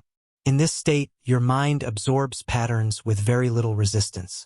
Whatever you focus on during this time gets amplified and carried forward into the rest of the day, and repeated enough, it becomes the foundation for your future. Here's the catch. Most people spend this critical window unconsciously reinforcing the past. They wake up and immediately recall yesterday's stresses. They check their devices and feed their minds with the same types of information they've been consuming for years. They move through the same physical motions they've always done. Without realizing it, they are collapsing the same patterns into the present, ensuring that today becomes another version of yesterday. If you want to program a different future, the morning is your most strategic point of intervention. This is when you can deliberately choose the signals you send into the field, signals that will shape the probabilities for the rest of the day. There are 3 key elements to this. 1. Emotional calibration. Before you speak, before you check your phone, before you even get out of bed, you choose your emotional tone. You can choose to begin in a state of possibility, gratitude, or excitement. Or you can let the default, often stress, urgency, or distraction, take over. 2. Mental selection. The first thoughts you entertain set the mental playlist for the day. You can choose thoughts aligned with your desired reality, or you can let your mind wander to familiar problems. The first is a deliberate collapse into the new. The second is a recollapse into the old. 3. Physical signal. Your body broadcasts as well. How you move, breathe, and carry yourself in those first minutes sends signals to the field about the kind of day and life you're living. By aligning these 3, emotion, thought, and body, with the reality you want to experience, you make your morning a deliberate act of collapse and creation. Repeated daily, this doesn't just change your day-to-day, it shifts the trajectory of your entire life. The beauty of using the morning this way is that it compounds. Each day builds on the last, reinforcing the new probability until it outweighs the old. Eventually, the new becomes your dominant default. This is why people who transform their lives often talk about a shift in how they start their day. It's not just a motivational habit, it's physics. They're using the most receptive state of their system to broadcast a coherent, deliberate signal. But there's also another kind of signal that can appear in your life, one that's unexpected, strange, and deeply revealing about your relationship to the past. It's a phenomenon that most brush off as a curiosity, but in truth, it's a warning from the quantum field itself. That phenomenon is déjà vu, and that's where we're going next. Most people experience déjà vu as a fleeting, eerie sensation, the feeling that you've lived this exact moment before. It might last only a few seconds, then vanish, leaving you wondering what it meant. From a purely neurological perspective, some scientists explain it as a misfiring in the brain, where a current experience accidentally triggers the memory circuits, making the present feel like a memory. But that explanation leaves out something important, the deeper implications when you view déjà vu through the lens of quantum patterns. In the framework we've been exploring, déjà vu is not just a glitch. It's a signal. It's the field's way of telling you that you've looped into a probability pattern that's already been collapsed before. In other words, you're replaying something you've lived before, perhaps with only minor variations. This is why déjà vu feels both familiar and strange. It's familiar because you have collapsed this pattern before. It's strange because it appears in new circumstances, reminding you that the old probability is still active. In a sense, déjà vu is like a status alert. It says, "This channel is still playing. You've been here before." And if you know how to interpret it, you can use it as a cue to interrupt the loop. Instead of dismissing it, you can pause and ask, what part of my life right now feels like a repeat? What patterns might still be active from the past? Am I responding in a way that reinforces this, or in a way that ends it? The very moment of déjà vu is powerful because it's a point of heightened awareness. If you act differently in that moment, you can collapse the pattern instead of repeating it. Think of déjà vu as the field holding up a mirror. It's showing you that your observation has returned to a previously collapsed arrangement. This can happen for neutral patterns, pleasant patterns, or patterns you want to break. If it's a pattern you like, Déjà vu can be a confirmation that you're stabilizing it. If it's one you don't like, it's a call to shift immediately. Here's the deeper insight. The more unresolved probabilities you carry, the more often déjà vu will occur. Each occurrence is a signpost pointing to an energetic loop that hasn't been collapsed. When you clear these loops, the frequency of déjà vu changes, either decreasing or becoming a marker of positive patterns instead of warnings. This is why you shouldn't ignore it. When déjà vu appears, the most powerful thing you can do is become deliberate in your thoughts, your emotions, and your next action. That's how you use the moment to alter the probability instead of letting the old one win again. And if déjà vu is a warning of a repeating loop, it raises a bigger question. Why do some people end up living inside these loops for decades, never realizing it? That's where we'll go next. By now, you've seen how loops can show up in subtle forms, in the way mornings set the tone for the day, in déjà vu as a repeating signal from the field. But for some, these loops are not just occasional. They are the structure of life itself. Years pass, decades pass, and nothing truly changes. This isn't because these people are lazy or cursed or somehow less capable than others. It's because the mechanics we've been talking about, collapse, probability pull, energetic broadcasting, have been running for so long without interruption that the old reality has become self-sustaining. When a pattern is fed for years, it reaches a point where it no longer needs active engagement to stay alive. The neural pathways in the brain are so well worn that the same thoughts fire automatically. The body is so accustomed to the same emotional chemistry that it recreates it on its own, even in neutral situations. The field receives a constant, stable signal, not because the person is trying to send it, but because their entire system is built to send it. This is the danger of long-term inertia. It's not just momentum, it's architecture.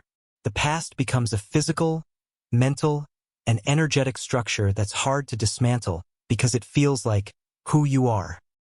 When someone has lived inside a loop for decades, they often can't even imagine life outside it. Their choices, relationships, environment, and identity have all been shaped by the pattern. To change would require not just new action, but a full dismantling of the reality they've known. This is why you sometimes see people reject opportunities for change even when they say they want them. It's not conscious sabotage, it's that the unfamiliar feels less safe than the well-worn pattern, even if that pattern is painful.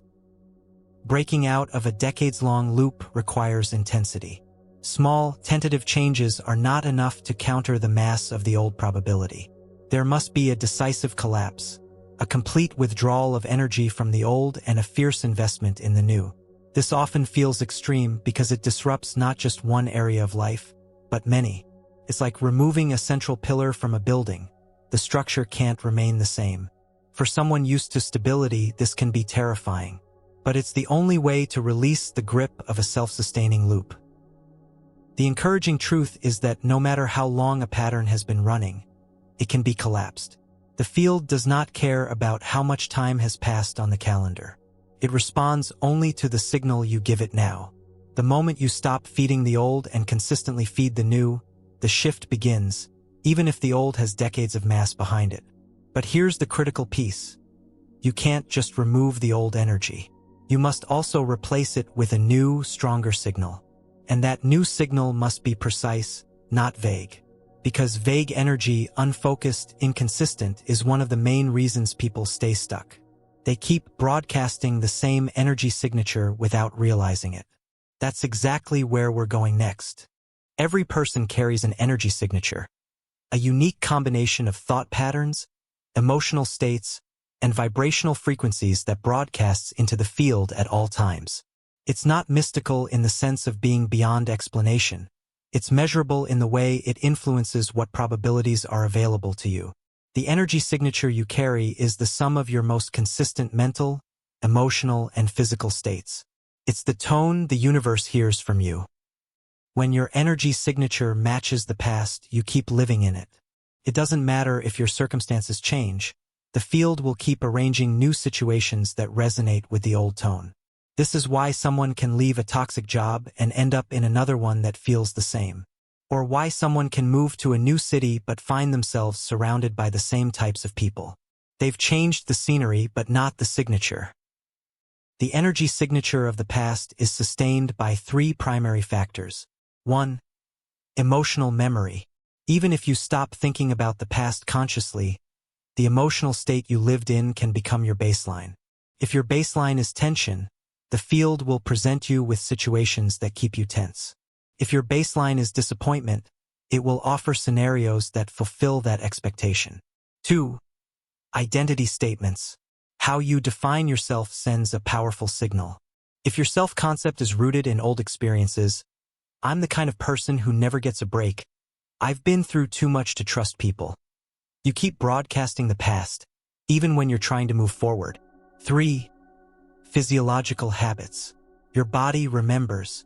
Posture, breathing patterns, and movement can all reflect the state you were in during past events. If your body keeps broadcasting the same physical cues, it reinforces the old signal. To change your energy signature, you must address all three. It's not enough to think new thoughts. You must feel new emotions and embody new physical patterns. Only when the mind, emotions, and body are aligned in the new tone will the field receive a coherent signal strong enough to override the past. Here's the good news. The field responds quickly to a coherent new signal.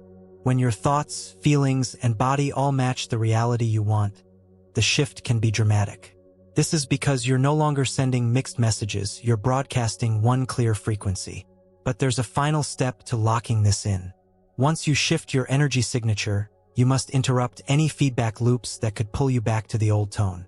If you don't, the old can reattach. And interrupting those loops, stopping the signal contamination before it happens, is where we're heading next. We've now pulled apart the mechanics of long-term entrapment and the way your energy signature keeps the past active. But there's one more invisible engine that can quietly pull you back into an old reality: the feedback loop. A feedback loop is a self-reinforcing cycle in which your current state produces outcomes that validate that same state, which then feeds back into producing more of the same. It's reality echoing itself, and if you don't interrupt it, the loop can rebuild an entire collapsed timeline before you even realize it's happening. Here's how it works. Your energy signature broadcasts a tone. Let's say it's shaped by old frustration. The field responds by arranging situations that produce more frustration. You react emotionally to those situations, reinforcing the tone. The tone is now stronger and broadcasts even more clearly. Around and around it goes. The loop feeds on itself, and each cycle strengthens the original frequency. This is why even after you've collapsed an old pattern, it can creep back in, not through a single dramatic event, but through small, repeated validations of the old state. Each validation pulls at you subtly, tempting you to respond as you used to. It might be a conversation that triggers an old defensive posture, a familiar inconvenience that sparks irritation, a moment of doubt that feels just like it used to. If you react in the same way, you've just given the loop fuel. React enough times, and the loop will be strong enough to restore the old pattern in full. To break this, you must train yourself to spot the loop in real time. That means paying attention not just to your thoughts and feelings, but to the pattern of repetition in your life. If you notice the same type of situation or emotional trigger appearing multiple times in a short span, it's likely a loop attempting to reestablish itself. Once you spot it, you disrupt it. You refuse to give the same emotional response you gave in the past. You act or think in a way that does not match the old frequency. At first, this requires vigilance. The pull of the loop is strong because it offers the comfort of the familiar, even if that familiarity is unpleasant. But each time you interrupt it, you weaken its hold. Eventually, the loop dissolves because it no longer gets the feedback it needs to survive. This is why collapse is not just a one-time event but an ongoing practice.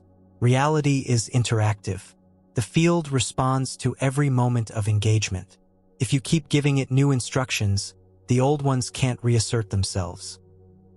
Breaking feedback loops doesn't just protect you from the past, it also frees up energy for something bigger. Because once you're no longer spending energy defending against the old, you can invest it in creating something radically different. And that brings us to a concept that changes the scale of everything we've been talking about. Because when you stop feeding the old loop, you're not just shifting the details of your current life, you're shifting the entire timeline you're on. And that's where we're going next. When people hear the word multiverse, they often think of science fiction, parallel realities, alternate versions of themselves, branching worlds that exist somewhere far away. But the multiverse is not just a speculative theory for movies and novels. It's a logical extension of what quantum mechanics already tells us. Every moment, every choice, every collapse generates a version of reality. The other possibilities, the ones you didn't collapse into, don't vanish. They continue to exist as probabilities in the field. In this view, you are not moving through one single, fixed universe. You are navigating a vast set of possible realities, each as real as the one you're in now, but only one is active in your experience at a given moment. The multiverse is not out there. It's here, woven into the same space you occupy. The difference between your reality and another possible reality is not physical distance, it's vibrational alignment. This means that shifting to a different version of your life is not about physically traveling somewhere else. It's about changing the frequency you broadcast so that the field collapses probabilities from a different branch of the multiverse. When you collapse the past and feed a new probability, you are, in effect, moving to a new branch. The people, events, and opportunities you meet there can be entirely different from those on the old branch, even if, at first, they look similar. Understanding the multiverse makes feedback loops even more important. Each time you re-engage with an old pattern, you're not just reinforcing the past, you're stepping back toward the old branch. Each time you hold your new signal steady, you're moving further along the new branch. Over time, the differences become undeniable. You might find yourself in circumstances that could never have unfolded on the old branch. Your relationships feel different. Your opportunities expand. Your inner state stabilizes in ways that make the old reality feel foreign. The reason the multiverse is closer than you think is because the distance between branches is measured in alignment, not miles. A single choice made with full commitment can be enough to cross to a different branch entirely.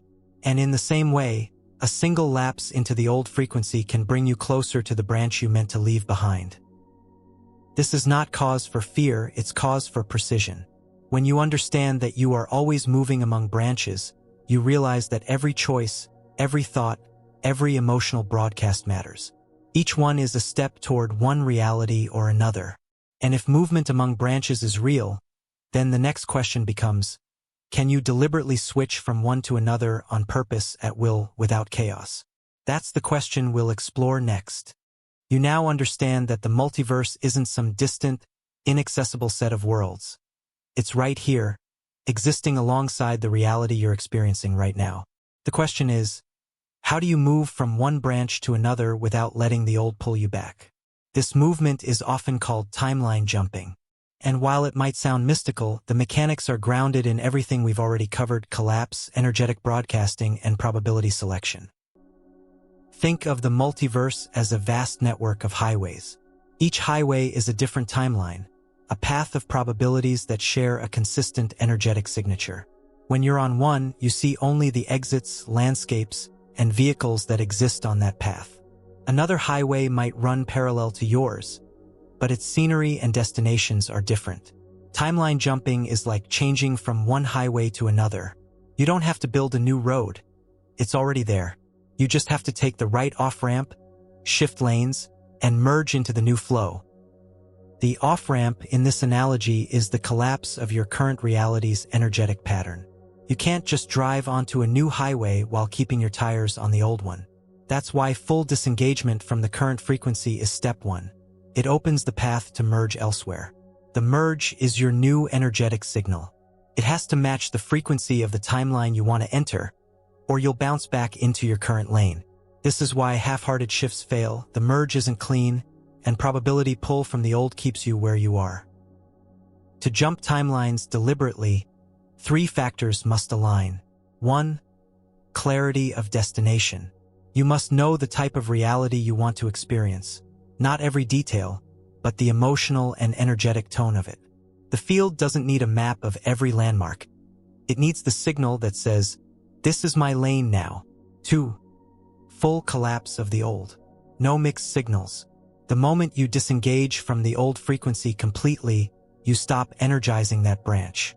This is your point of exit. 3. Embodiment of the new. This is where people often falter. If you still think, feel, and act like the person on the old highway, you can't stabilize on the new one. Embodiment means matching the new frequency in thought, emotion, and behavior now, not later. The first jumps often feel subtle. You'll notice slight differences. A conversation goes differently than expected. An opportunity shows up sooner than usual. An old problem dissolves faster. Over time, as you hold the new signal steady, the differences compound. The new highway becomes your normal. And while the concept may sound purely mental, it's not. Your body plays a critical role in this process, because letting go of the old is not just something you do in your mind. It's something your body has to release as well. That's where we're going next. Letting go is often spoken about as if it's purely emotional or mental, something you decide to do in your thoughts. But that's only part of the truth.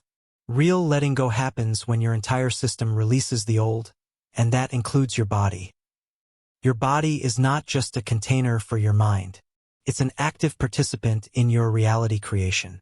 It stores patterns in muscle memory, posture, breathing, and even biochemical states. When you've lived in a particular emotional tone for a long time, your body adapts to it. It develops physical habits that match the old reality.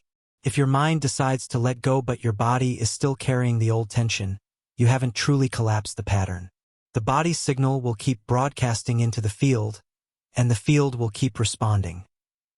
For example, if the past reality you're leaving involved high stress, your shoulders may stay tight, your breathing shallow, and your nervous system in a low-level alert state, even after the external stressors are gone.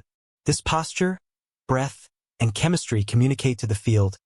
This state is still active, and the field responds by matching it. This is why embodiment is essential to letting go. You can't just think differently, you have to be differently in your body. Here's how the physical aspect of letting go works. 1. Releasing stored tension. Muscles hold memory. When you physically release tension, through conscious relaxation, movement, or other body-based practices, you send a new signal to the field. The threat is over. This chapter is closed. 2. Resetting breathing patterns. Breath is one of the most direct ways to influence your nervous system. Slow, deep, coherent breathing tells your body that the old stress frequency is gone, replacing it with the tone of safety and openness. 3. Altering posture. The way you carry yourself reflects and reinforces the reality you're in. Changing posture isn't about looking confident for others. It's about physically aligning with the new state so your body's broadcast matches your mind's choice. When your body releases the old, your mind finds it easier to stay in the new. The feedback loop between them shifts in your favor. Instead of the body pulling you back into the old, it supports the new broadcast. This is why some people find that real change doesn't fully stick until they've experienced a physical release, whether through deliberate movement, deep rest, or even spontaneous moments where the body lets go on its own. When you combine physical letting go with mental and emotional collapse, your probability shift stabilizes much faster. The signal you send to the field becomes unified and consistent. And that's when the new timeline really locks in. But there's a mistake people often make at this point. They release the old partially, thinking they've done the work while still carrying pieces of it in their emotional or physical system. That's the danger of half collapsing, and it's exactly what we'll explore next. By now, you've seen that collapse isn't just a mental event. It's mental, emotional, and physical alignment into a new signal.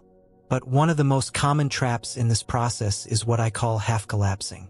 Half collapsing happens when you stop feeding an old reality on the surface, yet still carry pieces of it beneath the surface.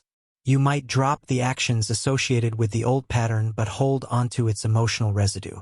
You might shift your thinking but keep the same posture, breath, or physical habits that once sustained it.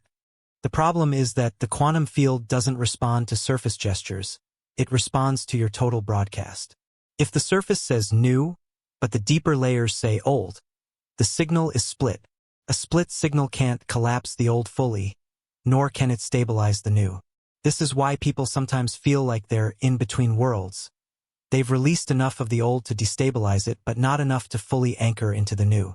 They're in a kind of limbo, where probabilities shift back and forth unpredictably. Half-collapsing often comes from one of three sources. 1. Emotional attachment.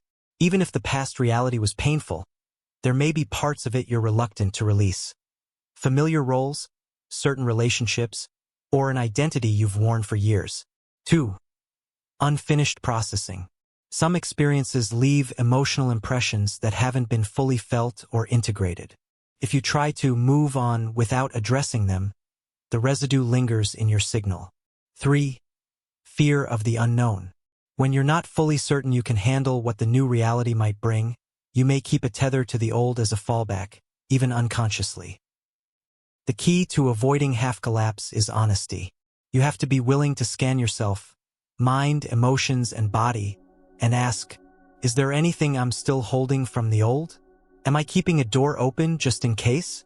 Do my thoughts, feelings, and physical state all match the new? If the answer to any of those is no, you have more releasing to do. The moment all three align, the collapse completes.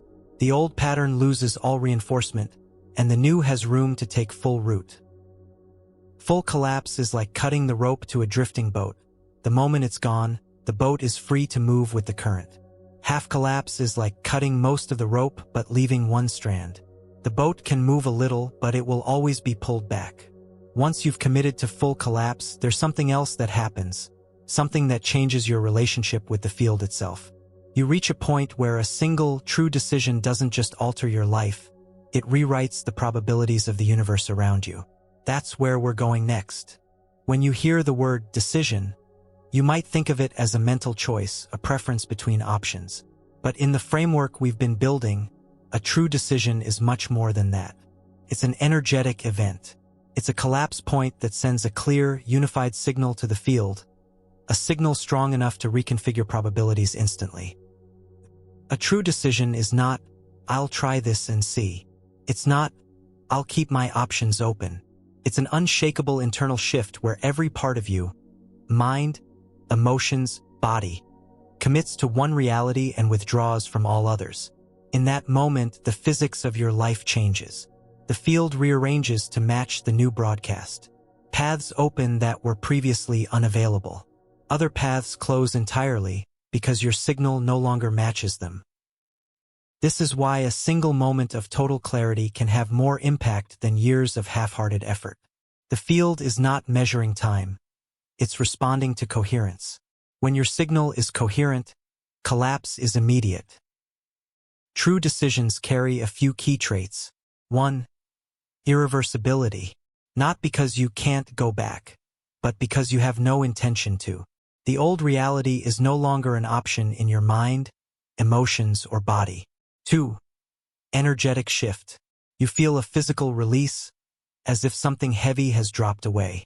Your posture changes, your breathing changes, and your inner state feels lighter. 3. Rapid reconfiguration. After a true decision, external reality often begins to rearrange quickly. Opportunities appear, synchronicities increase, and old patterns dissolve faster than you expected. The reason true decisions are so powerful is that they send the field an unmistakable instruction. There's no confusion in the signal. The field doesn't have to wait and see which probability to stabilize. It knows instantly which one you've chosen. But here's the paradox. You can't force a true decision from a place of doubt. It arises naturally when you've fully collapsed the old and are ready to live in the new without hesitation. Once you've made one, the next phase is mastering the space where collapse begins, the 0 point where all futures originate. If you can operate consciously from there, you're no longer reacting to reality, you're defining it before it forms. And that's exactly where we're going next. Up until now, we've explored collapse as something that happens when you shift thoughts, emotions, and body into alignment, a shift that causes the field to reconfigure your reality. But there's a deeper layer, a precise point in which collapse begins before anything physical or emotional has even moved. That point is what I call the 0 point. The 0 point is not mystical. It's not a location in space. It's a moment, a slice of time so small it almost escapes notice, where you are between realities, between breaths, between thoughts, between what was and what will be. Think of it like this. Every reality you experience has a frame, just like a film reel. Those frames don't run in an unbroken stream. They're updated moment by moment, collapsed from probability into form. Between those frames, there is an opening, a stillness, pause where nothing is yet decided. That pause is the 0 point. It is the only place where all possible futures exist equally, uncollapsed, untouched, unweighted.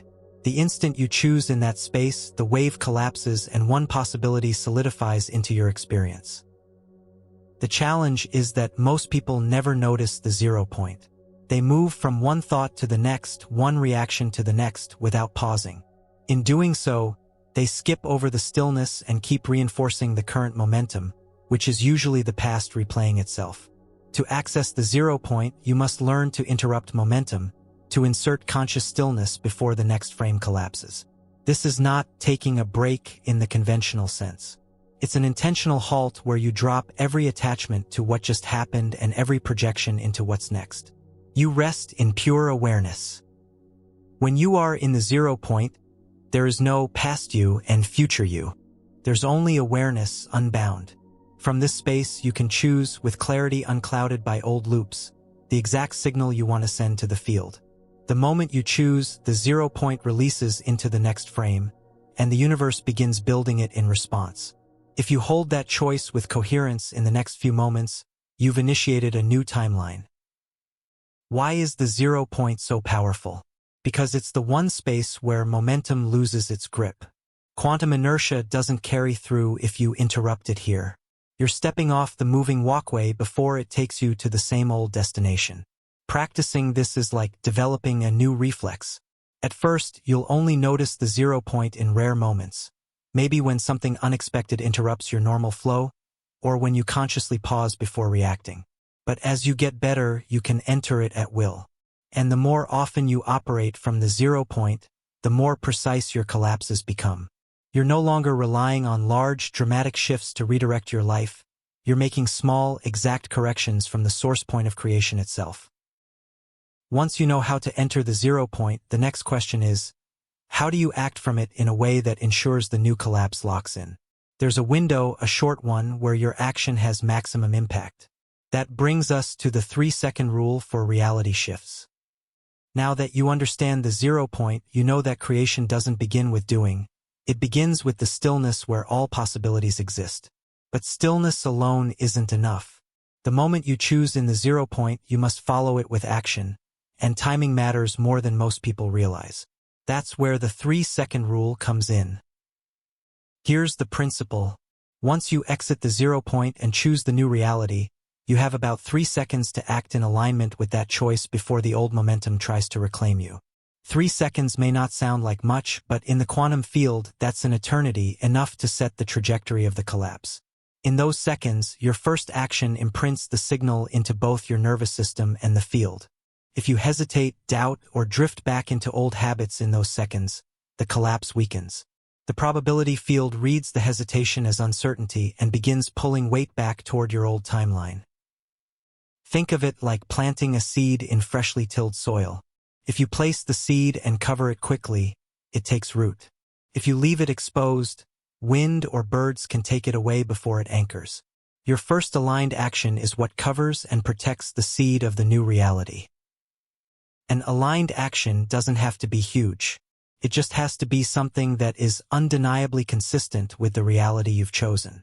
If you've chosen confidence, your first action might be to speak with conviction in a conversation you'd normally shrink from. If you've chosen abundance, your first action might be making a decision from generosity instead of scarcity. The field doesn't measure the size of the action, it measures the coherence between your choice and your movement. This 3-second window matters because of probability pull. When you've lived in one reality for a long time, its frequency has a kind of gravitational weight. The 0 point frees you from that weight, but it's only by acting immediately that you establish orbit in the new frequency before the old one pulls you back. The more you use the 3-second rule, the more natural it becomes. Eventually, it's not even conscious. You choose, you act, and the collapse locks in without delay. This is when reality begins to feel responsive in near real time. And once you're in that rhythm, you can use not just big, deliberate collapses, but also micro-collapses, small, frequent shifts that compound into massive change without resistance. That's exactly what we're exploring next. Up until now, much of our focus has been on major collapses, the decisive breaks from old realities, the powerful shifts that redefine your trajectory. But collapse doesn't always have to come in monumental, high-stakes moments. In fact, some of the most profound transformations happen through something subtler: micro-collapses. A micro-collapse is a small, intentional shift away from an old frequency into a new one. It might last seconds. It might only adjust one detail of your day. But because it happens repeatedly, it rewrites your signal in a sustainable, low-resistance way. Think of it like adjusting the course of a ship. If you change direction by a single degree and keep going, you'll end up in a completely different destination, even without dramatic maneuvers. Here's why micro-collapses are so effective. 1. They bypass resistance. Big changes often trigger fear, doubt, or pushback from your old identity. Small shifts fly under the radar, allowing you to change without activating old defenses. 2. They build momentum. Each micro-collapse weakens the old frequency and strengthens the new. Over time, the weight of accumulated small shifts overtakes the old inertia. 3. They compound exponentially. The effect isn't linear. Each shift changes not just your current state, but the probabilities available in the next moment, creating a chain reaction. Examples of micro-collapses are everywhere. Choosing to speak one word differently than you would have before. Taking a single deep breath before answering a triggering question. Adjusting your posture in a moment when you'd usually shrink. Letting a thought pass without engaging, even for a moment. Individually, these shifts might seem insignificant, but they are each a collapse, a refusal to repeat the old broadcast, a choice for the new. What makes micro-collapses so powerful is consistency. 1 or 2 will feel like nothing. 50 in a week, 100 in a month, they build a new energetic architecture. This is how some of the most significant changes happen without struggle. There's no massive rupture, no overwhelming disruption. You simply stop feeding the old in 1,000 tiny ways until it has nothing left to sustain it. If you master micro-collapses, you'll find that fear becomes less relevant, because you're not facing giant leaps into the unknown all at once. You're making hundreds of small, safe steps into a reality that becomes familiar as you build it. But fear can still block even small shifts if it's left unchecked. And that's why learning how to collapse without fear is the next essential skill. Fear is the most persistent barrier to collapse. It's not the only one. Doubt, attachment, and habit all play their roles. But fear has a unique power to freeze movement entirely. If collapse is the release of old momentum, fear is the weight that keeps the old in place. Fear doesn't always appear as panic or dread. Sometimes it's disguised as hesitation. Sometimes it shows up as endless planning, waiting for the right moment. Sometimes it's the voice that says, "This isn't the perfect choice, so I'll wait until it is." Every form of fear has the same effect. It delays collapse. And delay is dangerous because the longer you wait, the more the old pattern reestablishes itself. To collapse without fear, you must understand 2 things. 1. Fear is a signal, not a stop sign. Fear means you're approaching an edge, the border between your current reality and the unknown. It's not proof that you shouldn't proceed. It's proof that you're in the zone where collapse happens. 2. The field doesn't respond to your comfort, it responds to your signal. You can collapse into a new reality even while feeling fear, as long as your action aligns with the new frequency. Here's the key. You don't have to remove fear before collapsing. You have to collapse while fear is present, without letting it dictate your movement. Think of fear as background noise. It can be loud, but you can still choose which station to broadcast to the field. If your action matches the new frequency, the field doesn't care that your heart is pounding. One of the fastest ways to bypass fear is to act within the same 3-second window we discussed earlier. The longer you wait after making a choice, the more time fear has to negotiate you out of it. Another method is to shrink the leap. If the action that collapses the old feels too big, break it into micro-collapses. Fear often loses strength when the step is small enough to feel manageable. Over time, collapsing despite fear changes your relationship with it. It stops being an enemy and becomes a marker, a sign that you're moving into new territory where real change is possible. And once fear loses its control, you can create something extraordinary, a mental and emotional space completely free of past contamination. A space where collapse happens cleanly every time. That's where we're heading next. By now, you've learned how to collapse despite fear, how to break momentum into microshifts, and how to use the 0 point with timing precision. But there's a higher level of collapse mastery that gives you unmatched stability, creating what I call an emotional clean room. In science, a clean room is a controlled environment free from contaminants, used for delicate processes like microchip production or high-precision experiments. If a single speck of dust enters the process, it can ruin the outcome. Your collapse process is no different. The dust, in this analogy, is emotional residue from the past. Even tiny amounts can alter the signal you're broadcasting. If you want a clean collapse that holds, you must work in an environment internally that is uncontaminated by the old. An emotional clean room is not about suppressing feelings. It's about creating a mental-emotional state where the old timeline cannot influence your signal, even subtly. This means neutralizing emotional charge from past events, clearing reactive patterns, and holding a steady emotional frequency aligned with the new. Here's how you build it. 1. Identify and isolate residue. Any emotional echo that still spikes when you think of the past is residue. You don't judge it, you simply note that it's there and needs clearing. 2. Process, don't bypass. Residue doesn't go away by pretending it's gone. It fades when it's acknowledged, felt, and allowed to complete its cycle without reattaching to new stories. 3. Establish a baseline frequency. Pick the emotional tone that matches your desired reality. Calm, empowered, confident, or abundant, and treat it like your default state. Everything else is filtered out. 4. Guard the space.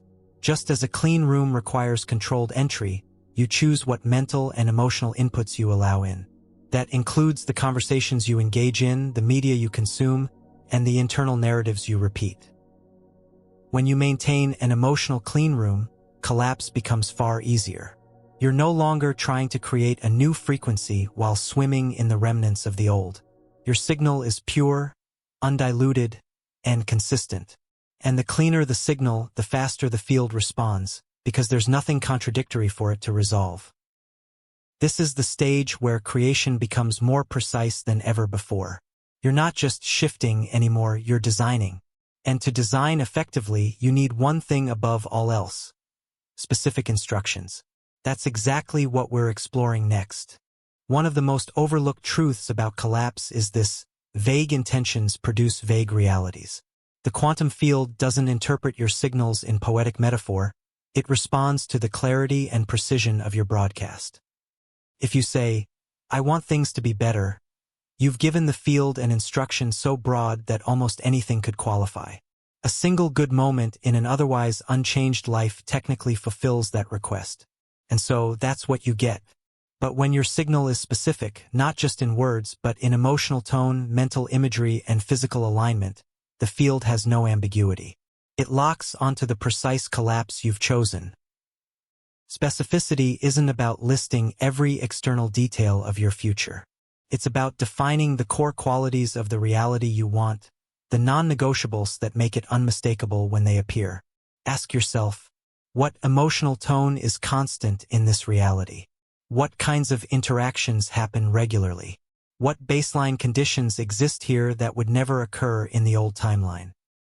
The more specific you are, the easier it is to hold the frequency, because you can quickly identify when something is aligned and when it's not. If it matches your instructions, you give it energy. If it doesn't, you withdraw energy immediately. This is not about control in the rigid sense.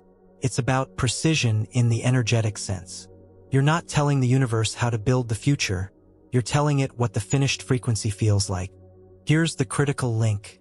When your instructions are specific and your emotional clean room is intact, the collapse happens faster because the field doesn't have to average out conflicting broadcasts.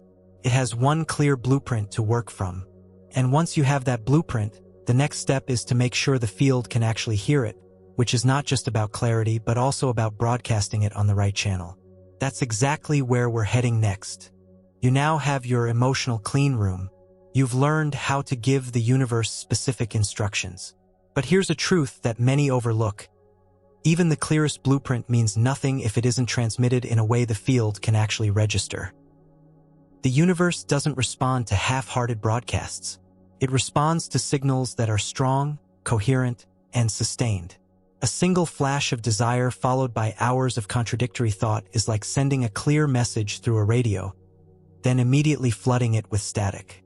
Your signal is the combination of your emotions, thoughts, physical state, and actions, all vibrating at the same frequency. When these four are aligned, the signal becomes impossible for the field to ignore. Here's the problem. Most people change one element of their signal but leave the others on autopilot.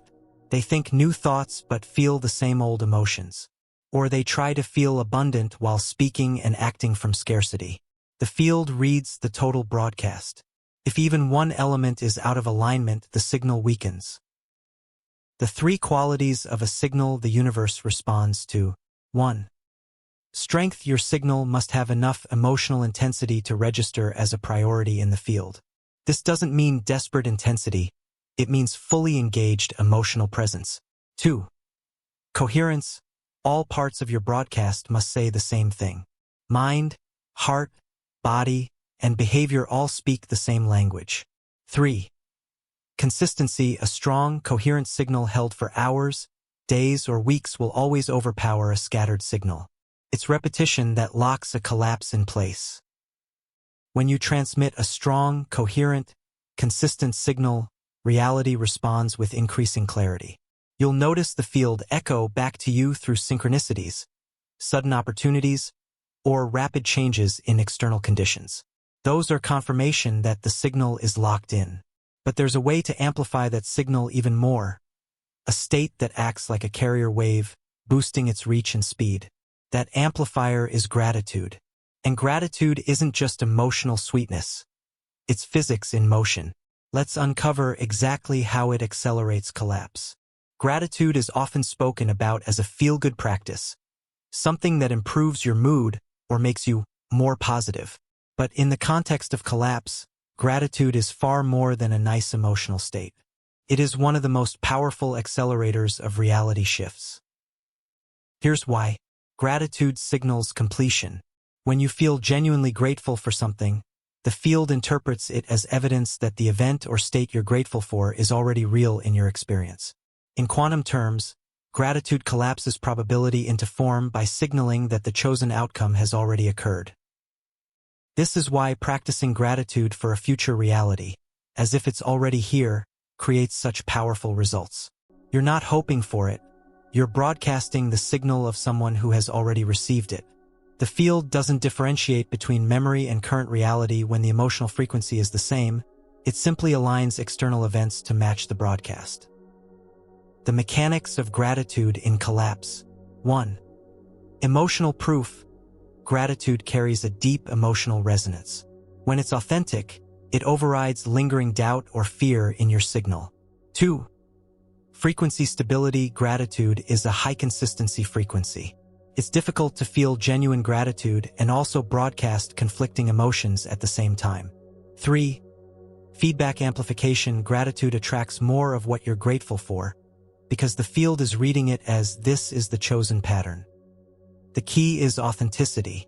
Empty gratitude, repeating words without feeling, doesn't carry the same charge. The field responds to the actual emotional frequency, not the concept. One effective method is to connect gratitude with sensory imagination. Feel the texture, see the colors, hear the sounds of the reality you're grateful for. Then let the emotional response arise naturally. When you layer gratitude on top of your specific instructions and clean broadcast, collapse happens faster because you're no longer signaling, "I want this." You're signaling, "This is already mine." And once you realize that you can collapse the past using these principles, you'll see something else is possible. Collapsing the future before it even unfolds. That's what we're about to unlock next. Up until now, we've focused on collapsing the past, dissolving the grip of old timelines so the future has space to arrive. But here's the breakthrough. You can use the exact same mechanics to pre-collapse a future before it ever materializes. Think of it this way. Every moment, the quantum field holds countless probabilities for your future. Most people wait until those probabilities begin to take shape in their reality before deciding how to respond. By then, the collapse is already halfway complete. You're reacting instead of directing. Pre-collapsing is about identifying a probability before it reaches form and making a conscious choice to either lock it in or dissolve it immediately. The principle is simple. Recognize the pattern early. Subtle signs, repeated thoughts, intuitive nudges. These are previews of a probability-building momentum. Decide if it matches your chosen reality. If it aligns, you reinforce it. If it doesn't, you collapse it before it can solidify. Act instantly in alignment with your choice. The earlier you act, the less energy it takes to shift. Pre-collapsing works because probabilities are weakest before they're fed with sustained attention or emotional charge. It's much easier to dissolve a pattern when it's just forming than to undo it after it's taken physical form. For example, if you notice the early signs of an old habit returning, a thought, a physical posture, a small decision, you can collapse it right there by refusing to engage and redirecting your focus. The pattern loses momentum instantly. The same applies to desired futures. When you sense the first hints of a probability you do want, maybe a new opportunity, a fresh insight, a person entering your life, you can strengthen it before it's fully visible. You do this by broadcasting gratitude, reinforcing it with specific aligned actions, and holding the signal steadily. The ability to collapse the future before it happens changes the entire game. You're no longer just a master of reaction, you're a master of prevention and acceleration. You stop unwanted realities before they start, and you fast-track the ones you want. But there's a truth you need to prepare for. Every time you collapse, whether past or future, the universe has a way of testing the integrity of your choice. And understanding why and how to navigate it is critical. That's where we're going next. You've made the collapse. You've released the old, locked in the new, and maybe even pre-collapsed the future you want. Everything feels aligned. And then the old reality reappears in some form. A challenge, a temptation, a familiar problem you thought you left behind. This is what many describe as the test from the universe. But in truth, it's not a moral test, a cosmic punishment, or some arbitrary obstacle. It's physics, a byproduct of the way collapse interacts with probability. Here's why it happens. When you collapse into a new reality, you've shifted your dominant signal. But old probabilities, especially ones you've fed for years, don't vanish instantly. They lose momentum, but some of that momentum can still echo into your current moment. This echo is your chance to either reinforce the collapse by responding from your new frequency, or react from the old frequency and reattach the old pattern. The universe isn't testing you in the sense of passing or failing. It's simply showing you the remnants of the old signal, giving you an opportunity to finalize the shift. Most people make the mistake of interpreting the echo as a sign that the collapse didn't work. They think, if I really shifted, this wouldn't be happening. That reaction reactivates the old timeline. But if you recognize it for what it is, the final discharge of an old probability, you can meet it with complete neutrality. No emotional charge, no doubt, no backtracking. The key is to see these moments as confirmation, not contradiction.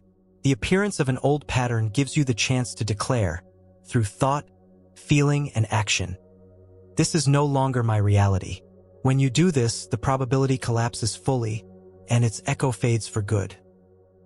In fact, the stronger your collapse, the more likely you are to experience these echoes briefly, because you've disrupted a long-standing signal, and the field is recalibrating. That's a sign of movement, not failure. Once you've passed through these echoes, you step into the territory where your new reality stabilizes.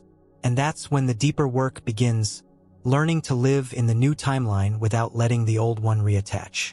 That's exactly where we'll go next. You've made the collapse. You've passed through the echo phase where remnants of the old reality appear. But here's something you need to know: old timelines are persistent. They don't just fade quietly. They can try to reattach themselves, often in subtle ways. An old timeline is like a well-worn neural pathway or a familiar groove in a record. It has momentum, even without your active participation. If you give it even a small amount of attention or emotional energy, it can start building again. The challenge is that reattachment often doesn't announce itself with obvious signs. It starts quietly under the radar. Common signs of an old timeline trying to reattach. Recurring thought loops. You catch yourself replaying old scenarios just to think them through, even when they no longer serve you. Emotional déjà vu. A feeling from your past reality suddenly returns without an obvious trigger. Symbolic repetition. You see patterns, similar situations, phrases, or encounters that mirror the old reality. Subtle justifications. Your mind starts making excuses for why maybe this old way wasn't so bad. Behavioral slips. Small actions creep back in that match your former identity. The field doesn't care whether you engage the old timeline out of nostalgia, curiosity, or frustration. Any attention is fuel. If you keep looking at it, you're feeding it. That's why spotting these reattachment attempts quickly is critical. The faster you notice, the easier it is to cut the connection before it rebuilds. How to respond when you spot reattachment. Immediate withdrawal of attention. Don't fight the old timeline, simply stop energizing it. Shift focus instantly to something aligned with your current reality. Reassert your signal.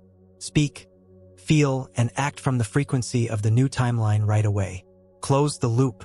If the reattachment attempt came with emotional charge, use a brief reset, a deep breath, a posture change, or a movement to break state. The key is not to judge yourself for these moments. They're not proof of failure. They're proof that you're moving forward strongly enough for the old to notice and attempt a comeback. But awareness is only half of it. Once you can spot reattachment, you must also maintain the stability of your new reality so it becomes the unquestioned default. That's where we're heading next. Creating a new reality through collapse is powerful, but maintaining it is where mastery truly develops. Because while collapse can happen in a moment, stability is built through sustained alignment. Think of your new reality as a young plant. The moment of collapse is planting the seed. But without continued care, sunlight, water, protection from weeds, the plant can weaken or die. Maintenance is the ongoing process of feeding your chosen reality so it becomes your dominant, effortless state. The 3 pillars of reality maintenance. 1. Consistent signal broadcasting. Your new reality must remain the strongest signal you're sending. This means thoughts, emotions, actions, and environment all keep matching the frequency you've chosen. If you notice drift, correct it immediately, not with self-criticism, but with realignment. 2. Environmental support. Surround yourself with people, places, and inputs that reflect your new timeline. Your environment is an amplifier. It can strengthen your reality or pull you toward the old one. 3. Continuous micro-collapses. Even in your new reality, small adjustments will be necessary. Tiny shifts keep the signal pure and prevent the buildup of residue that could weaken it. Maintenance also means being alert for timeline fatigue, the subtle boredom or complacency that can arise once a reality becomes comfortable. When this happens, it's easy to unconsciously start seeking stimulation from old patterns. The solution is to keep your reality alive with fresh creation. Even after the collapse, keep giving the field new, aligned instructions. This prevents stagnation and ensures your timeline continues to evolve rather than fade. Eventually, maintenance becomes effortless. Your new reality integrates so deeply into your identity that you don't have to hold it anymore. It simply is. But before you reach that point, there's one major shift you'll notice. The relationships in your life may start to transform. That's exactly what we'll explore next. When you collapse a past timeline and stabilize a new one, you're not just changing your personal reality, you're altering the web of connections that reality supports. Relationships are part of that web, and when the foundation changes, the connections either adapt, dissolve, or transform. It's important to understand this isn't about consciously cutting people out or forcefully keeping others in your life. It's about recognizing that every relationship exists within a shared frequency range. When you shift your range, the resonance between you and others either strengthens, weakens, or disappears entirely. Why relationships change after collapse. Frequency mismatch. When you broadcast from a new signal, anyone still resonating with your old one will feel the difference. Some will be drawn closer because they're ready to meet you at the new frequency. Others will drift away because the connection no longer feels aligned. Identity reflection. Relationships often mirror the version of yourself you were when they began. When that version no longer exists, the dynamic can feel out of place, like wearing clothes that no longer fit. Energetic economy. Your new reality has a certain energy budget. Connections that don't support it, or that constantly pull you toward the past, are too expensive to maintain. Signs a relationship is shifting. Conversations feel out of sync or strained. Shared interests no longer feel meaningful. You feel drained instead of energized after interacting. Interactions feel overly rooted in shared history rather than present alignment. When these shifts happen, the best approach is neutrality. You don't force the connection to remain the same, and you don't rush to end it. You let the natural frequency sorting occur. Those who are meant to stay in your new timeline will adjust their signal, often unconsciously, to match yours. And here's the interesting part. Sometimes people who drift away return later, having gone through their own collapse. Your paths can realign when both frequencies match again. But between the dissolving of old connections and the arrival of new ones, there's often a transitional stage, what feels like an empty space in your reality. That space is not a problem. It's a critical phase in collapse mastery. That's the phase we're about to step into. After a collapse, especially a major one, there is often a stretch of time that feels strangely empty. Old realities have dissolved, the old connections have loosened, and the new reality hasn't fully taken form yet. This is what I call the void. The void can feel uncomfortable because it's unfamiliar. We're used to constant feedback from reality, routines, people, situations that give us a sense of stability. When those dissolve, the quiet can feel like nothing is happening. But in truth, the void is one of the most fertile stages of the entire collapse process. It's the place where probabilities reorganize, where your signal consolidates, and where the field prepares to deliver the physical structures of your new reality. The nature of the void. Neutral energy. The void is neither good nor bad. It's a neutral reset space like a blank canvas. Probability suspension. In the void, many probabilities are still uncollapsed. This means you have more creative leverage than usual. Identity reformation. Without the pull of the old reality, your self-concept can realign without interference. The challenge of the void is resisting the urge to fill it with old patterns just to feel comfortable. Many collapse attempts fail here because people rush to recreate something familiar, even if it doesn't match their new signal. How to navigate the void successfully. Hold the signal, continue broadcasting your chosen frequency, even if the external evidence hasn't arrived yet. Avoid premature commitments. Don't lock into new situations purely to escape the emptiness. Use the space, explore, experiment, and refine your vision for the new reality without pressure. The void is not the absence of reality, it's the incubation phase. And when you hold steady here, the new reality that emerges is cleaner, stronger, and more stable.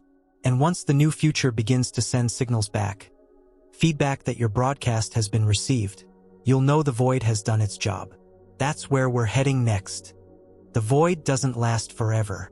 When your signal has stabilized, and the field has recalibrated to match it, something remarkable begins to happen. The feedback loop of a new future starts activating. This feedback is not random. It's the universe's way of confirming that your collapse has taken root in physical reality. And it always arrives in patterns. Little ripples at first, then waves, then an entirely new ocean around you. What feedback looks like in the early stage. Subtle synchronicities that align with your chosen reality. Unexpected conversations that mirror your new intentions. Opportunities appearing in areas you've been broadcasting energy into. Physical sensations, lightness, expanded breathing, sudden bursts of clarity. These early signals are fragile. They're the green shoots of your new reality breaking through the surface. If you recognize them and respond correctly, they grow stronger and more consistent. Why feedback matters? Feedback isn't just nice to notice. It's an integral part of the collapse process. When you acknowledge and amplify feedback, you're telling the field, this is exactly what I want more of. When you ignore it, or worse, doubt it, you weaken the signal. The field operates like a responsive system. It learns from your reactions. Celebrate a signal and it multiplies. Dismiss it and it fades. The feedback amplification cycle. Notice a sign that matches your chosen frequency. Consciously anchor it with gratitude, attention, or immediate aligned action. The field strengthens that probability in response. Stronger feedback arrives, starting the cycle again. This is how your new reality becomes self-reinforcing. Instead of you pushing against inertia, momentum begins working for you. And once you have momentum in your favor, something shifts fundamentally. You're no longer just maintaining a new reality, you're entering the territory of quantum momentum, where change becomes permanent. That's where we're going next. Momentum is the secret force that turns a single collapse into a permanent shift. It's what makes the new reality not just a temporary state, but the default foundation of your life. Think of momentum as the energy curve of a moving object. In physics, once something has enough velocity, it takes more energy to stop it than to keep it going. The same applies to reality. Once your new timeline has gathered enough quantum momentum, it sustains itself without constant conscious effort. The stages of building quantum momentum. Initiation, the collapse breaks the old frequency. Stabilization, your signal becomes consistent enough to hold the new reality. Acceleration, feedback cycles amplify the new timeline. Self-sustainment, the new timeline gains enough energy to continue without deliberate reinforcement. At the self-sustainment stage, something interesting happens. Old timelines lose almost all of their pull. Even if they reappear as faint probabilities, they can't reattach because the momentum of the new reality is too strong. How to accelerate momentum. Shorten reaction time. The faster you respond to feedback, the stronger the acceleration. Compound micro-collapses. Small adjustments keep the signal clean. Stay in motion. Momentum thrives on continuous movement toward your chosen frequency. Momentum doesn't mean you never adjust or evolve. It means you've built a forward-driving force that makes regression extremely unlikely. Once you're in this state, you have the power to do something extraordinary. Collapse pasts in multiple areas of life simultaneously, because the skill has become second nature. That's the door we're about to open next. Up to now, your focus has been on collapsing timelines in specific, targeted areas, one change at a time, giving each its space to stabilize. But once quantum momentum is on your side, something new becomes possible. Parallel collapse. Parallel collapse is the ability to rewrite different domains of your life, career, health, relationships, finances, creativity, simultaneously, without scattering your energy or destabilizing your signal. It's a level of precision and stability that only becomes available when collapse mastery is embedded into your identity. Why parallel collapse works at this stage. Stability, your ability to maintain signal coherence, is now automatic, so adding more collapse points doesn't weaken the system. Shared frequency layers, many areas of life are linked by the same core frequency.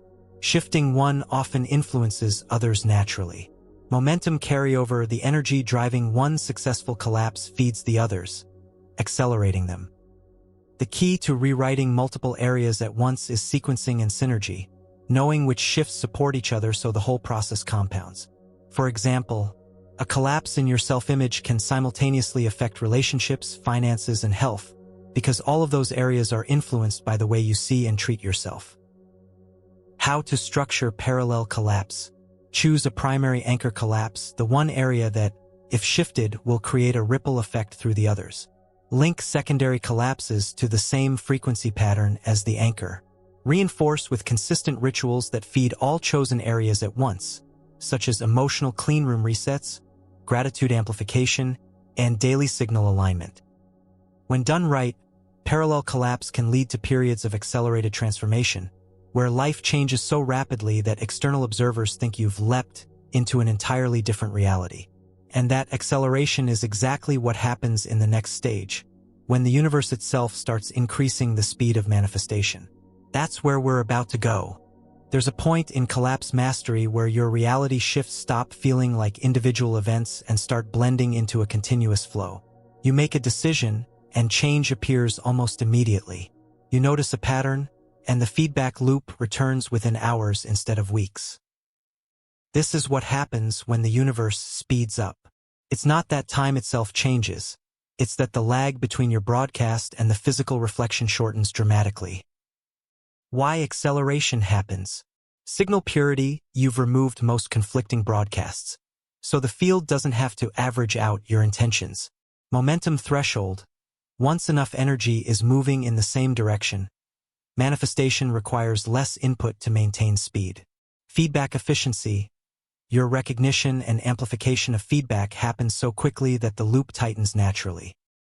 Acceleration can feel exhilarating, but it also demands greater awareness. When manifestation is fast, both desired and undesired signals are reflected back more quickly. That means maintaining emotional and mental precision is more important than ever. How to operate in high-speed reality. Micromonitoring. Keep your awareness tuned to subtle shifts in emotion, thought, and action. Instant realignment. If something drifts out of frequency, correct it on the spot. Use speed strategically. Direct the acceleration toward your highest priorities rather than scattering it across trivial desires. This is the stage where life stops feeling like you're chasing the future. Instead, it feels as though the future is rushing to meet you. And when you reach this point, you're ready for one of the most powerful states in collapse mastery, becoming the living collapse point itself. That's exactly what we're about to unlock next. Up until now, you've been practicing collapse as something you do, a process you initiate, guide, and complete. But there is a deeper state where collapse stops being an event and becomes a continuous aspect of your being. You become the collapse point itself. This means you are no longer entering and exiting the state of collapse, you are the state. Every observation you make, every decision, every moment of attention automatically reshapes probabilities in real time. The difference is subtle but profound. When you do collapse, you choose moments to focus, align, and release. When you are the collapse point, those choices are happening without conscious effort. Your very presence reconfigures the field. Signs you've become the collapse point. Effortless realignment, you no longer need rituals or extended processes to shift a signal. A single glance, thought, or breath can change the direction of reality. Rapid feedback cycles, the gap between broadcast and reflection is so short that adjustments feel instantaneous. Stable neutrality, you can observe old probabilities without emotional pull. Perceptual clarity, you sense shifts in the field before they manifest physically, allowing proactive influence. The beauty of living as the collapse point is that your energy is never waiting. You are in constant interaction with the quantum field. Every moment is creation. Every observation is influence. But there's a paradox you must master at this stage. The less you need the future, the more effortlessly it arrives. And that paradox changes everything.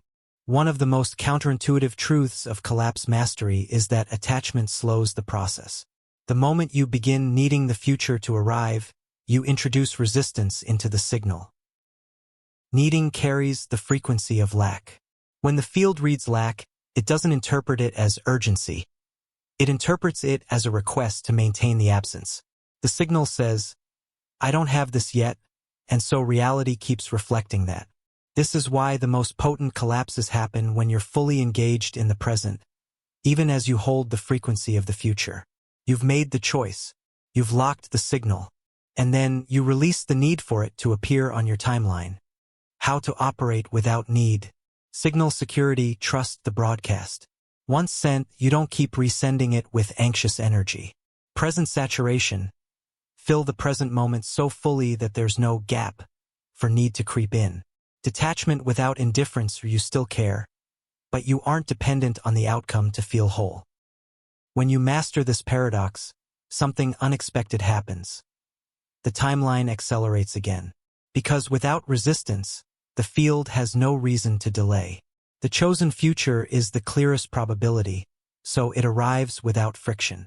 And at this point, you're standing at the doorway of the next level, where you are both the observer and the creator simultaneously. That's where we're heading next. Up to now, we've treated the observer and the creator as two distinct roles. The observer notices probabilities, reads feedback, and maintains neutrality. The creator broadcasts intention, initiates collapse, and directs the unfolding. But there is a level beyond this separation, the state where observation is creation. When you reach this stage, every act of witnessing becomes an act of shaping. The moment you see something, you are influencing it. You no longer toggle between awareness and action because your awareness is the action. This state is profoundly efficient. There's no pause between sensing and shifting. The instant you notice a drift in frequency, the very act of noticing realigns it. The mechanics of unified observation creation. Zero delay, the microgap between recognition and adjustment disappears. Field responsiveness. The quantum field reacts to your presence in real time because your signal is fully integrated. Perception as influence even without deliberate broadcasting. Your chosen reality is reinforced by the simple fact of your awareness resting upon it. When you live this way, you stop seeking creation sessions or manifestation practices. Life itself is the practice. Every glance, thought, and choice is an intentional configuration of the field. The benefit is clear. There's no longer a separation between your inner state and the outer result. They are a single loop, constantly reflecting and reinforcing each other. And when that loop becomes seamless, something else shifts. You stop asking how long it will take for a chosen reality to arrive, because the concept of waiting dissolves. That's the doorway we're about to open. In the early stages of collapse work, how long will it take? Feels like a reasonable question. We want to know the timeline. We want to measure progress. We want to predict the arrival of the new reality. But that question comes from an assumption, the assumption that the future is somewhere else and needs time to travel to us. When you master the collapse process, you see that the future is not coming. It's selected. It exists now alongside other probabilities, and your signal determines which one you are experiencing in any given moment. From this perspective, how long will it take is irrelevant. The shift happens the moment the signal locks. The only variable is how long it takes for physical reality to reflect that, and even that delay is an artifact of perception, not a fixed rule. Why letting go of the timeline speeds it up? No resistance loop. Obsessing over time reinforces the absence of the desired reality. Signal stability. Without the mental countdown, the frequency stays pure.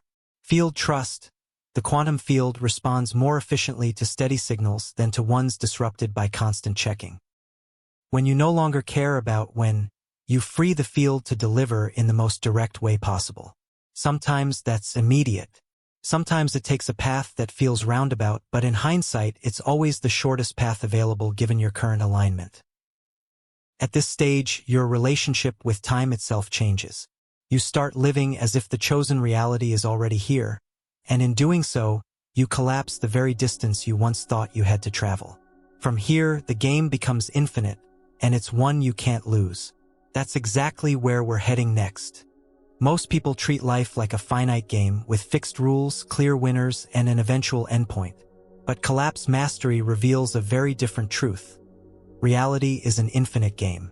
The goal isn't to win once and for all.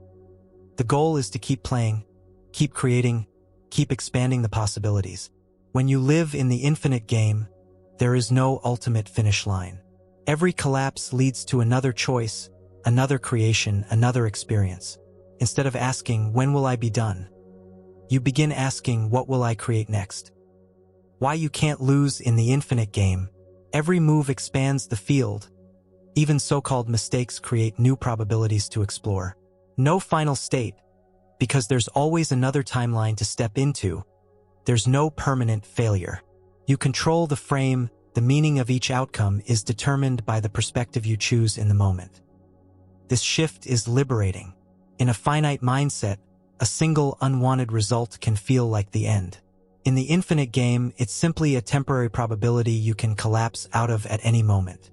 When you see reality this way, the pressure disappears.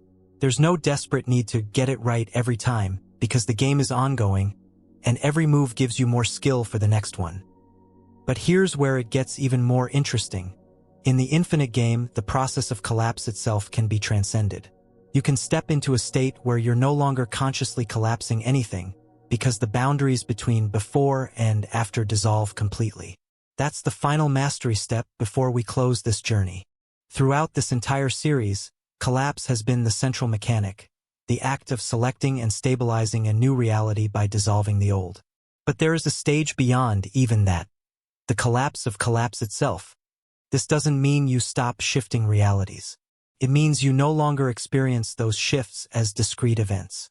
Instead, reality feels like a continuous, fluid reconfiguration, without the sensation of ending one thing to begin another. The boundaries blur. Timelines blend and morph without interruption. You stop thinking in terms of old and new, because everything is just now, endlessly updating in real time. The nature of collapse-free living. Perpetual flow. There is no point where you pause to collapse. You're always in the state of selection. No transitional friction. You move between probabilities without the sense of leaving one reality behind. Infinite identity flexibility. Your sense of self adapts instantly to whatever the current configuration requires. This is the state where creation is so integrated that there's no conscious effort to direct it. You are no longer shaping reality. You are reality, in motion. From this place, even the idea of manifestation feels outdated. There is no gap between wanting and having, because wanting is instantly matched by experience in some form. Reaching this stage doesn't mean you never face challenges.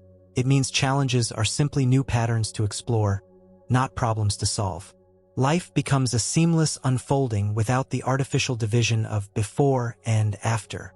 And when you arrive here, you stand ready for the final shift, the moment where the future, once held back by the weight of the past, is finally yours without condition. That's the exact space we're about to enter. From the very beginning of this journey, we've explored the idea that the universe is holding something for you. Not hiding it, not denying it, simply holding it, waiting for a signal from you that says, I'm ready. I've collapsed what needs collapsing. I've released what needs releasing. And now, here you are. The weight of the past is no longer dragging your signal into yesterday's frequency. The loops have been interrupted. The inertia has been broken. The echoes have quieted. You've learned to see the mechanics of quantum inertia, to understand how the old keeps replaying until you collapse it. You've practiced collapse as an intentional act. You've stabilized new realities. You've navigated the void, amplified feedback, and built momentum. You've mastered detachment, become both observer and creator, and stepped into the infinite game. Now there is no separation between the you who chooses and the reality that arrives. The future, your future, has been hovering in potential this entire time. It wasn't absent. It was simply uncollapsed. It needed you to create the space for it by dissolving the frequencies that were filling the field with outdated instructions. And because you've done that, the future is no longer waiting. It's here. Living in the undelayed future. When the past no longer occupies your present, there's nothing left to wait for. Every moment is a direct meeting with the probabilities you've selected. You don't need to strain to see them coming. They emerge into your awareness as naturally as breathing. This doesn't mean life stops surprising you. In fact, the surprises increase. But they are no longer disruptions, they're enhancements. The unexpected becomes the delightful, the strange becomes the thrilling, and every twist becomes an expansion. The new baseline reality. Here's what's different now. The old timelines no longer pull on you. The feedback loop is immediate. The void, when it appears, feels like a creative pause, not an empty space. Relationships, opportunities, and resources appear in perfect alignment because your frequency no longer sends mixed signals. And most importantly, you no longer measure your life by how long it takes for something to happen. You measure it by the richness of the now, knowing that this now is always writing the next one. Your role from here, from this point forward, your mastery is not about chasing change. It's about living as change. It's about holding the awareness that you are not in a fixed reality. You are the moving point through which realities configure themselves. The universe doesn't deliver the future anymore. It unfolds through you, moment by moment. The waiting is over, not because the universe suddenly decided to give you something, but because you stopped telling it to hold. You've collapsed the past. You've unlocked the future. And now the only limit is how far, how bold, and how brilliantly you choose to play from here. So step forward. Not towards something in the distance, but into the very moment you are shaping right now. Because the future isn't waiting for you anymore. It's here. And it's only the beginning.